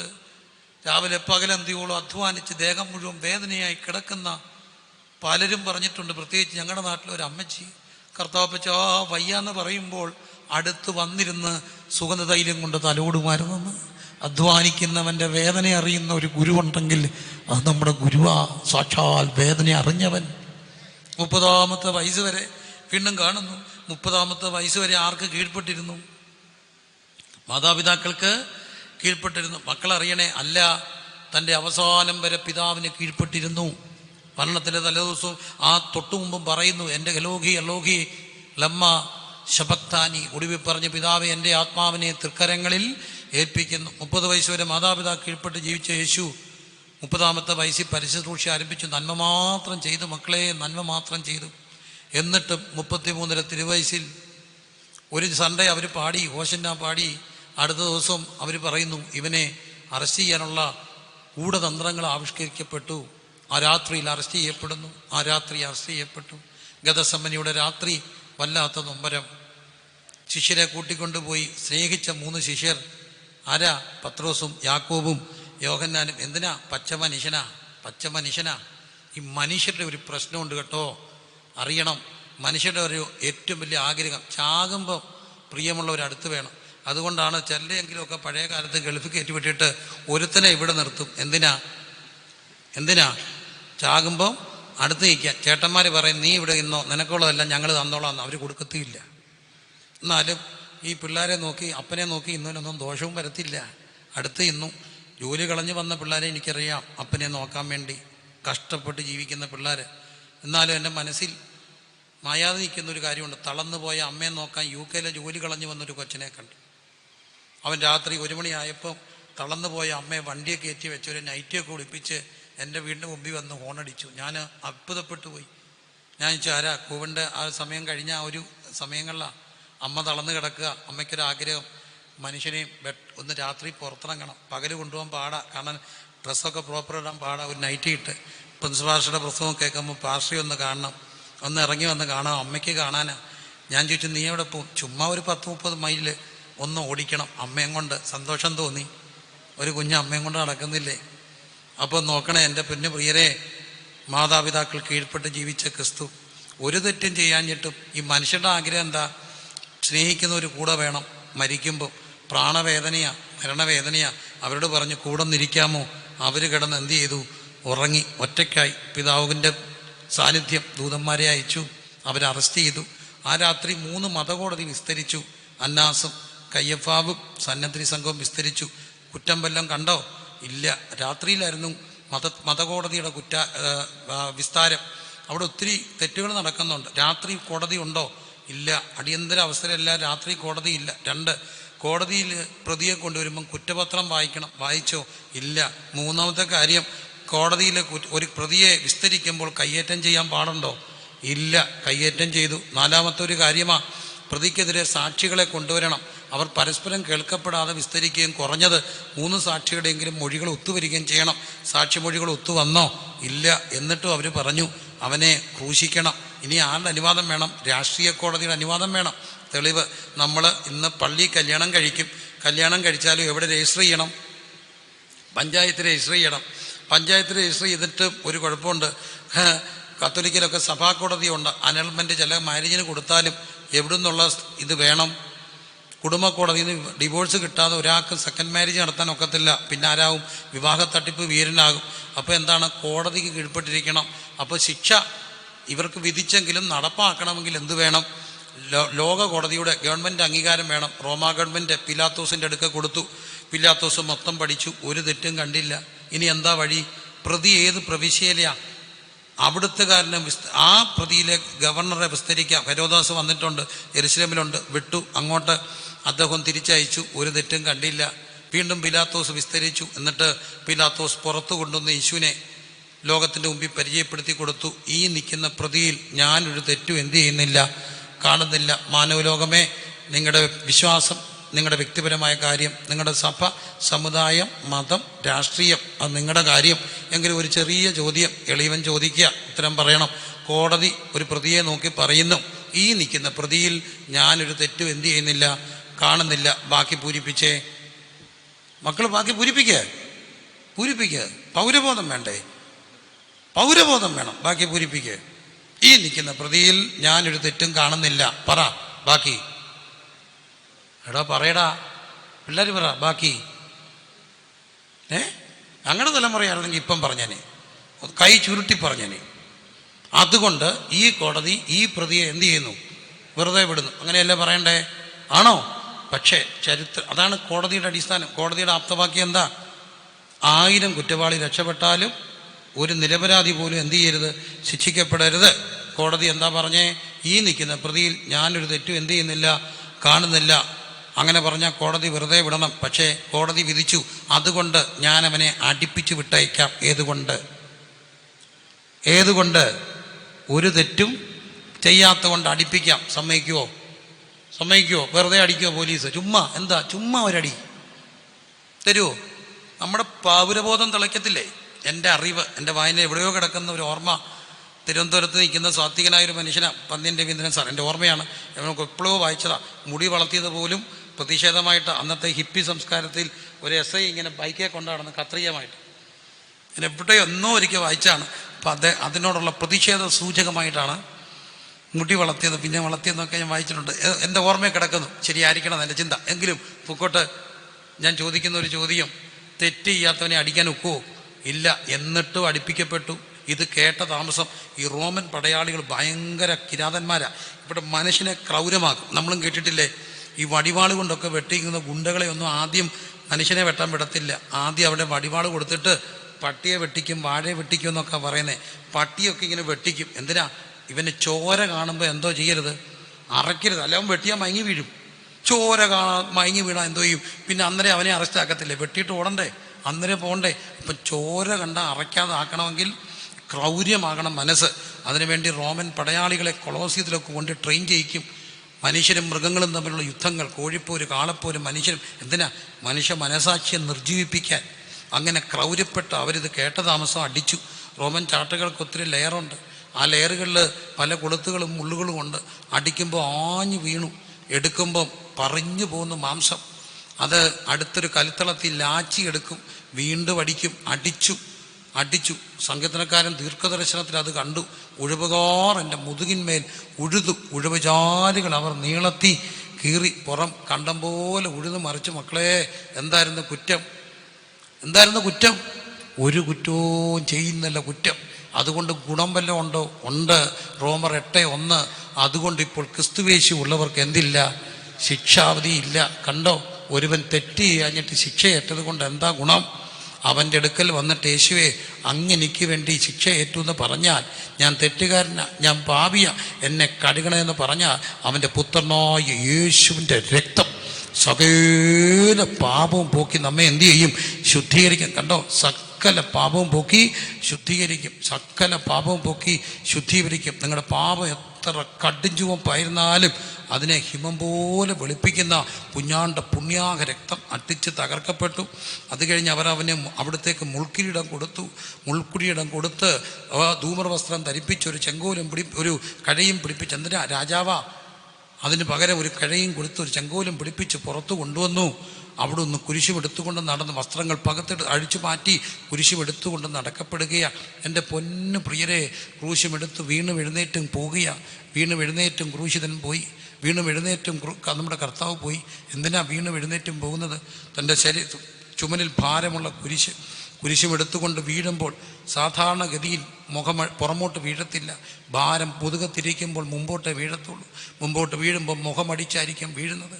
കൈകൾ കുത്തപ്പെടുന്നതിന് മുമ്പ് തന്നെ മുഖമടിക്കാം. അങ്ങനെയെങ്കിൽ മുഖത്തിൻ്റെ ഭാഷ, രൂപം, ഛായ മാറി. പ്രവാചകൻ പറയുന്നു, അവനെ കണ്ടാൽ ആളറിയാത്തവനെ പോലെ വിരൂപനായി. എന്തിനാ അവൻ വിരൂപനാണെന്നറിയാമോ? എനിക്കറിയാവുന്ന ഒത്തിരി കുഞ്ഞുങ്ങൾ സുന്ദരന്മാരായിരുന്നു. ഡ്രഗ്സൊക്കെ എടുക്കാൻ തുടങ്ങിയ, ഞാനിവിടെ എല്ലാം കൂടെ നടക്കുന്ന ഡ്രഗ്സൊക്കെ എടുക്കാൻ തുടങ്ങിയ അറിയാവുന്നവർക്ക് ഒറ്റ നോട്ടത്തെ അറിയാം. ചത്ത മീൻ്റെ കണ്ണ് പോലിരിക്കും. അറിയാം മക്കളെ, കുറച്ച് കഴിഞ്ഞാൽ അറിയാം. സ്ഥിരം കുടിയായോ കണ്ണെല്ലാം തല ഇങ്ങനെ ഒരിക്കും. ഓമനത്തോളം മുഖങ്ങൾ വിരൂപപ്പെട്ടു പോയില്ലേ? നിനക്ക് എന്താടാ പറ്റിയേ? നീ എന്താ ഇങ്ങനെ ആയത്? പക്ഷെ ഒന്നറിയാം, പാപം വിരൂപപ്പെടുത്തിയ മനുഷ്യൻ്റെ ആത്മസൗന്ദര്യം വീണ്ടെടുക്കാൻ അവൻ വിരൂപനായി. കണ്ടാൽ ആളറിയാത്തവനെ പോലെ ആയി. വീണ്ടും എഴുന്നേറ്റും കാൽവറി കുരിശിലേക്ക് ഗദസമനിലേക്ക് നടക്കപ്പെട്ടു. അവിടെ 2 കള്ളന്മാരുടെ നടുവിൽ ക്രൂശിക്കപ്പെട്ടു. അവർ യേശുവിനെ ക്രൂശിച്ചു. എവിടെ? 2 കള്ളന്മാരുടെ നടുവിൽ. ഇവർക്കൊരബദ്ധം പറ്റി കേട്ടോ. ഇവരോർത്തു നടുക്ക് കിടക്കുന്നവനെ പെരുങ്കള്ളനാ. പക്ഷെ ഇവർക്ക് അബദ്ധം പറ്റി. ഇവർക്കറിയില്ലായിരുന്നു അവൻ സകലത്തിൻ്റെയും നടുക്ക്. അവിടുന്ന് 2 കള്ളന്മാരുടെ നടുക്ക്, ആകാശത്തിൻ്റെയും ഭൂമിക്കും നടുക്ക്, മനുഷ്യനും ദൈവത്തിനും നടുക്ക് ഏക മധ്യസ്ഥൻ ആകാശത്തിനും ഭൂമിക്കും കീഴേ മാനവരക്ഷയുടെ രക്ഷയ്ക്കായി ഒരുക്കപ്പെട്ട ഏകനാമം അവിടുന്ന് നടുക്ക് കിടക്കുക. നോക്കൂ, നടുക്ക് കിടക്കുക. അവർ ക്രൂശിക്കപ്പെട്ടു. ഇവരെന്തിനാ ഈ ക്രൂശീകരണം ഇത്ര നിർബന്ധം പിടിച്ചത്? ക്രൂശെടുത്തുകൊണ്ട് പോകുമ്പോൾ കാണുന്നുണ്ട്, വയലിൽ നിന്ന് വരുന്ന കുറേനായ ശീമോനെ ക്രൂശെടുക്കാൻ എന്ത് ചെയ്തു? ക്രൂശെടുക്കാൻ നിർബന്ധിക്കാൻ കാര്യം എന്താ? യേശുവിനുള്ള സ്നേഹം കൊണ്ടല്ല. വീണ്ടും എഴുന്നേറ്റും പോയപ്പോൾ ഇവർക്കൊരു ചിന്ത തോന്നി, ഗദസമനെ ഗാഗുൽത്തായി ചെല്ലുന്നതിന് മുമ്പ് മരിച്ചു പോകും. ഗാഗുൽത്തായി വരെ ചെന്നില്ലെങ്കിൽ പിന്നെ എങ്ങനെ ക്രൂശിക്കും? നഗരത്തിനകത്ത് ക്രൂശിക്കാൻ ഒക്കത്തില്ല, വിശുദ്ധ സ്ഥലമാണ്. ഇത് ശാപമരണമാണ്. പുറത്ത് കൊണ്ടുപോകണം. അവിടം വരെ ചെല്ലണ്ടേ? ഇനി ആരെടുക്കും? റോമാക്കാരെടുക്കുമോ? യഹൂദന്മാരെടുക്കുമോ? ശാസ്ത്രിമാരെടുക്കുമോ? ആരുടെ കൊടുത്തു? വയലിൽ നിന്ന് വരുന്ന പാവത്തിൻ്റെ തലയെ വെച്ച് കൊടുത്തു കേട്ടോ. പാവത്തിൻ്റെ തലയിൽ പക്ഷെ ഗുണമുണ്ടായി. അലക്സണ്ടറും രൂഫസും ക്രിസ്തുവിൽ പ്രസിദ്ധരായി. ക്രൂശി ചുമന്ന ഭയങ്കര അനുഗ്രഹമാണ്. ക്രൂശി ചുമന്ന അനുഗ്രഹമാണ്. 3-ാം തലമുറയിൽ കർത്താവിനെ പ്രസംഗിക്കാൻ എളിവനും ഭാഗ്യം കിട്ടി. ക്രൂശ് ചുമന്നാൽ അനുഗ്രഹമാ. ഈ ക്രൂശുമെടുത്തുകൊണ്ട് പോയി. അവരെന്തിനാ ക്രൂശീകരിക്കാൻ കൊണ്ടുപോയത്? ഇവന് എന്തുകൊണ്ട് അവിടത്തേക്ക് ക്രൂശ് മരണം തന്നെ കൊടുക്കണമെന്ന് നിർബന്ധിച്ചു? ശാപമരണമാ മക്കളെ, ശാപമരണം. തെളിവ്, മരത്തിന്മേൽ തൂങ്ങുന്നവനെല്ലാം ശപിക്കപ്പെട്ടവെന്ന് എഴുതിക്കുന്ന പോലെ ക്രിസ്തു നമുക്ക് വേണ്ടി എന്ത് ചെയ്തു? ശാപമായി.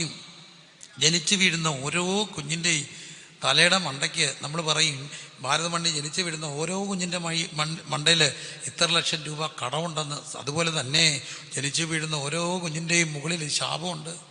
എങ്ങനെ വരാം? 2 വഴിയിലൂടെ വരാം. അമ്മ വഴി, അപ്പം വഴി വരാം.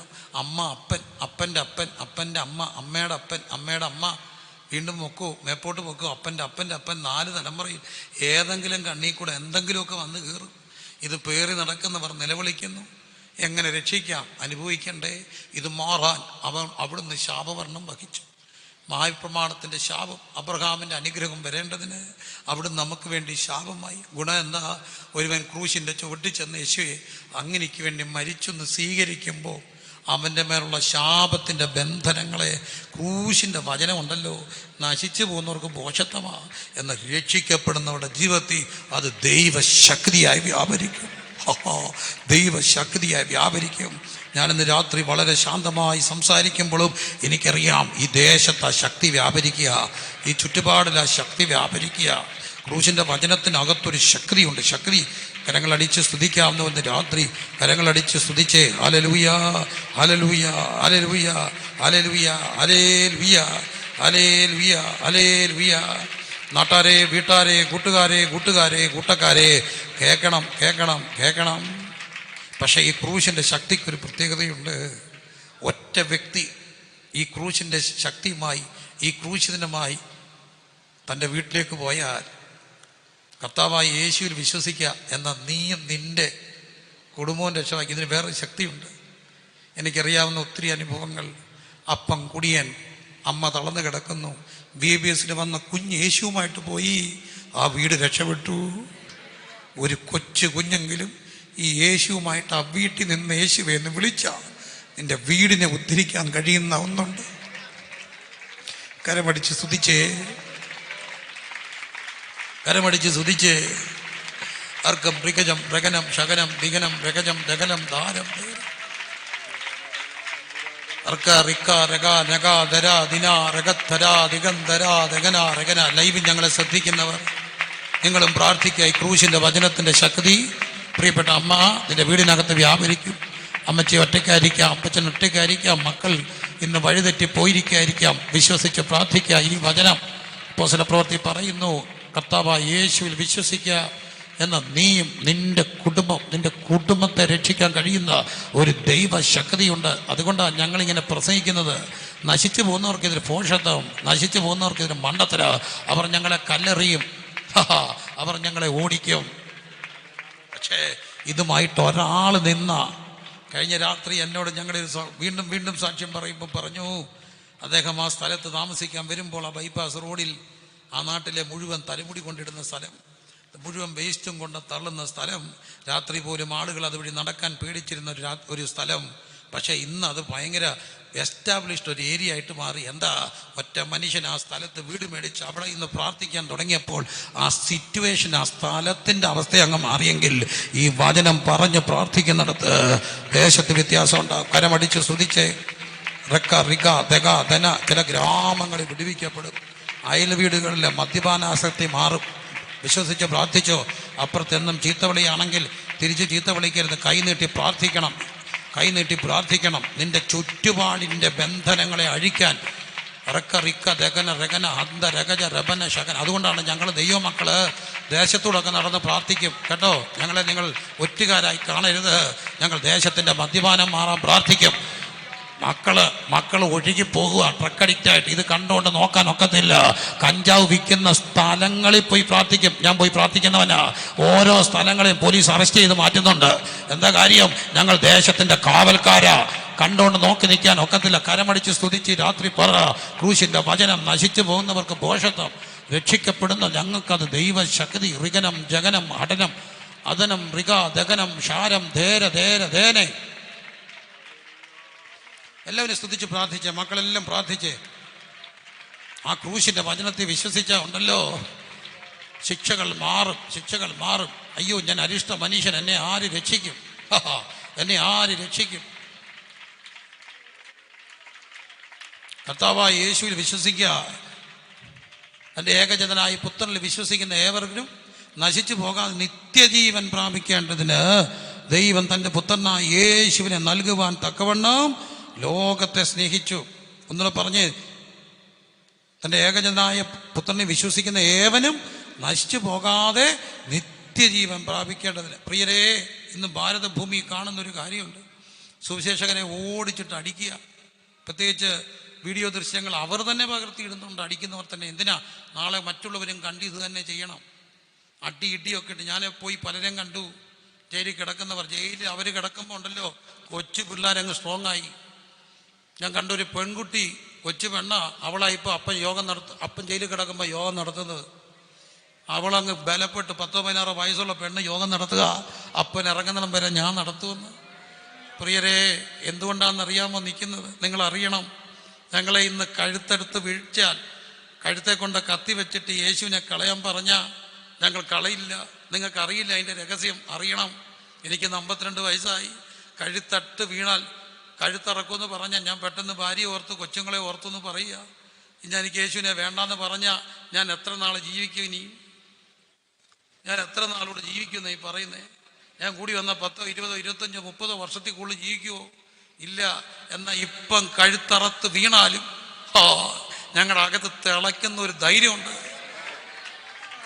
യുഗങ്ങൾ നിത്യത. അതുകൊണ്ട് നിത്യത നഷ്ടപ്പെടുന്ന ഭീഷണികൾക്ക് മുമ്പിൽ പ്രിയരെ ഇവർ വഴങ്ങത്തില്ല. അത് തെറ്റിദ്ധാരണയാ. സിറിയയിലൊക്കെ കണ്ടിട്ടില്ല, നേരത്തെ നിർത്തി കഴുത്തറുത്തപ്പോഴും അവർ യേശുവെന്ന് വിളിച്ചുകൊണ്ട് മരിച്ചു വീണത് ഒറ്റ ഉറപ്പാ. ഹല്ലേലൂയ. യേശുവിലൂടെ ഞങ്ങളുടെ മരണം മാറി. ഹല്ലേലൂയ, ഹല്ലേലൂയ, ഹല്ലേലൂയ. പ്രത്യാശയുള്ള ദൈവമക്കളെല്ലാം ഈ രാത്രി ഞാൻ പറയാം, ഡൂ ഓർ ഡൈയുടെ മുമ്പിൽ ആ വിശ്വാസികൾ. മരിക്കേണ്ട വന്നാൽ വിട്ടേച്ച് പോകരുത്. മരിക്കേണ്ട വന്നാൽ കുഞ്ഞുങ്ങളെ പോകരുത്.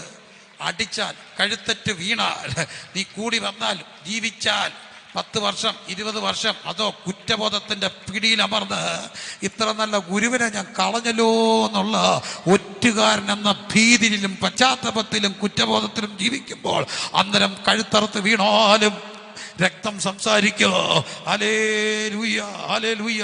ജീവനെ വെറുത്തതാം രക്തസാക്ഷി സംഘത്തിൽ ആയുധത്തെ ആന്തി നാം അയോധനം ചെയ്യണം. നമ്മുടെ പോരിൻ്റെ ആയുധങ്ങൾ ജഡീകങ്ങളല്ല. കോട്ടകളെ ഇടിപ്പാൻ ദൈവസന്ധി ശക്തിയുള്ളവ. ഞങ്ങൾക്കാരോടും പിണക്കില്ല. ഞങ്ങൾ ആര് അടിച്ച തിരിച്ചടിക്കില്ല, വഴക്കിന് വഴക്കില്ല. പക്ഷെ ഒരു കാര്യം ഓർത്തോണം, യേശു ഞങ്ങളുടെ മരണം മാറ്റിയത് കൊണ്ട് അവിടുന്ന് മരിച്ചു. ഞങ്ങൾ മരിച്ചാലും ജീവിക്കുമെന്നുള്ള പ്രത്യാശയാണ്. ആ പ്രത്യാശയുള്ള എല്ലാ ദൈവമക്കളും ഇന്ന് രാത്രി ദൈവത്തെ ഒന്ന് സ്തുതിച്ചാട്ട്. സ്വോത്രം, സ്വോത്രം, സ്വോത്രം, സ്വോത്രം, സ്വോത്രം, സ്വോത്രം, സ്വോത്രം, സ്വോത്രം. പക്ഷെ ഇതിൻ്റെ എഫക്റ്റ് എങ്ങനെ ഉണ്ടാകുന്ന അറിയാമോ? യേശു 2000 വർഷം മുമ്പ് മാനവ കുലത്തിന് വേണ്ടി മരിച്ചു, ശിക്ഷയേറ്റു, ശാപമൃത്യു മരിച്ചു, ശാപമായി, അടിയേറ്റു, ദരിദ്രനായി. എന്തുകൊണ്ട്? മനുഷ്യനെ തേടി. ഇതിൻ്റെ എഫക്റ്റ് എങ്ങനെയാ ഉണ്ടാകുക? മനുഷ്യന് ദൈവം കൊടുത്തിരിക്കുന്ന വ്യക്തി സ്വാതന്ത്ര്യവും ഇച്ഛാശക്തിയും ദിഷണാശക്തിയും ഉപയോഗിച്ച് യേശുവേ ഞാനൊരു പാപിയാണ്, എന്നെ രക്ഷിക്കണേ എന്ന് പറഞ്ഞ് അങ്ങനെക്ക് വേണ്ടി മരിച്ചു എന്ന് പറഞ്ഞ് ഒറ്റ നിമിഷം സ്വീകരിച്ചാൽ അവൻ ക്രൂശിൽ ക്രിസ്തുവിലായി. പിശാച് വരും, പറയും ഇന്ന മാസം ഇത്രാം തീയതി അവൻ ഇന്ന തെറ്റ് ചെയ്ത പ്രകാരം ഇന്ന അടി കൊടുക്കണം, ഈ ശിക്ഷയ്ക്ക് അവൻ പാത്രീഭൂതനാ. കർത്താവ് പറയും ശരിയാ, തെറ്റ് ചെയ്തവൻ ശിക്ഷിക്കപ്പെടണം. പക്ഷെ നിങ്ങൾക്കറിയാത്തൊരു കാര്യമുണ്ട്, അവനിപ്പോൾ എന്നില്ല, അവൻ്റെ തെറ്റ് എൻ്റെ മേലാ. അവൻ സ്വതന്ത്രനായി. ഇതാണ് ക്രൂശി നടക്കുന്നത്. സ്വതന്ത്രനായി. അവൻ്റെ ശാപം മാറി, അവൻ്റെ ശിക്ഷ മാറി, മരണം മാറി യേശുവിൽ. ഈ രാത്രി ക്രൂശിൻ്റെ വചനം നശിച്ചു പോകുന്നവർക്ക് പോഷകമാണെങ്കിൽ രക്ഷിക്കപ്പെടുന്ന നമുക്കത് ദൈവശക്തിയായി മാറും. ദൈവശക്തിയായി മാറും. ദൈവശക്തിയായി മാറും. എല്ലാവരും കർത്താവിനെ സ്തുതിച്ചെന്ന് പ്രാർത്ഥിച്ച് ഒരാൾ പോലും ഇന്ന് രാത്രി വെറുതെ ഇരിക്കരുത്. ചില കുഞ്ഞുങ്ങളെ, നിങ്ങൾക്ക് കഴിയാത്ത ചില പാപങ്ങൾ, ചില മേഖലകളിൽ നിന്ന് മോചനം കഴിയുന്നില്ലേ? യേശുവിൻ്റെ ക്രൂശിൽ ആശ്രയിക്കുക. യേശുവേ എന്നെ രക്ഷിക്കണം. എനിക്ക് നന്മ ചെയ്യണമെന്ന് ആഗ്രഹമുണ്ടെങ്കിലും സാധിക്കാത്ത ഒരു തിന്മയുടെ പ്രമാണ പാപത്തിൻ്റെ ചുവട്ടിലാ ഞാൻ. ആ നുകം എന്നെ പിന്തുടരുന്ന ഈ രാത്രി എന്നെ രക്ഷിക്കണം. ഇന്ന് രാത്രി നിന്റെ നുഖത്തെ ഉടയ്ക്കാൻ കഴിവുള്ള ഒന്നുണ്ട്, യേശുവിൻ്റെ ശക്തി, ക്രൂശിൻ്റെ ശക്തി. റഗന റിഗന രബന ഹദന. എൻ്റെ ഭർത്താവ് മദ്യപാൻ, എൻ്റെ കുഞ്ഞ് വഴിതെറ്റി, എൻ്റെ കർത്താവെ എൻ്റെ കുടുംബം നരകക്കുഴിയില്ല.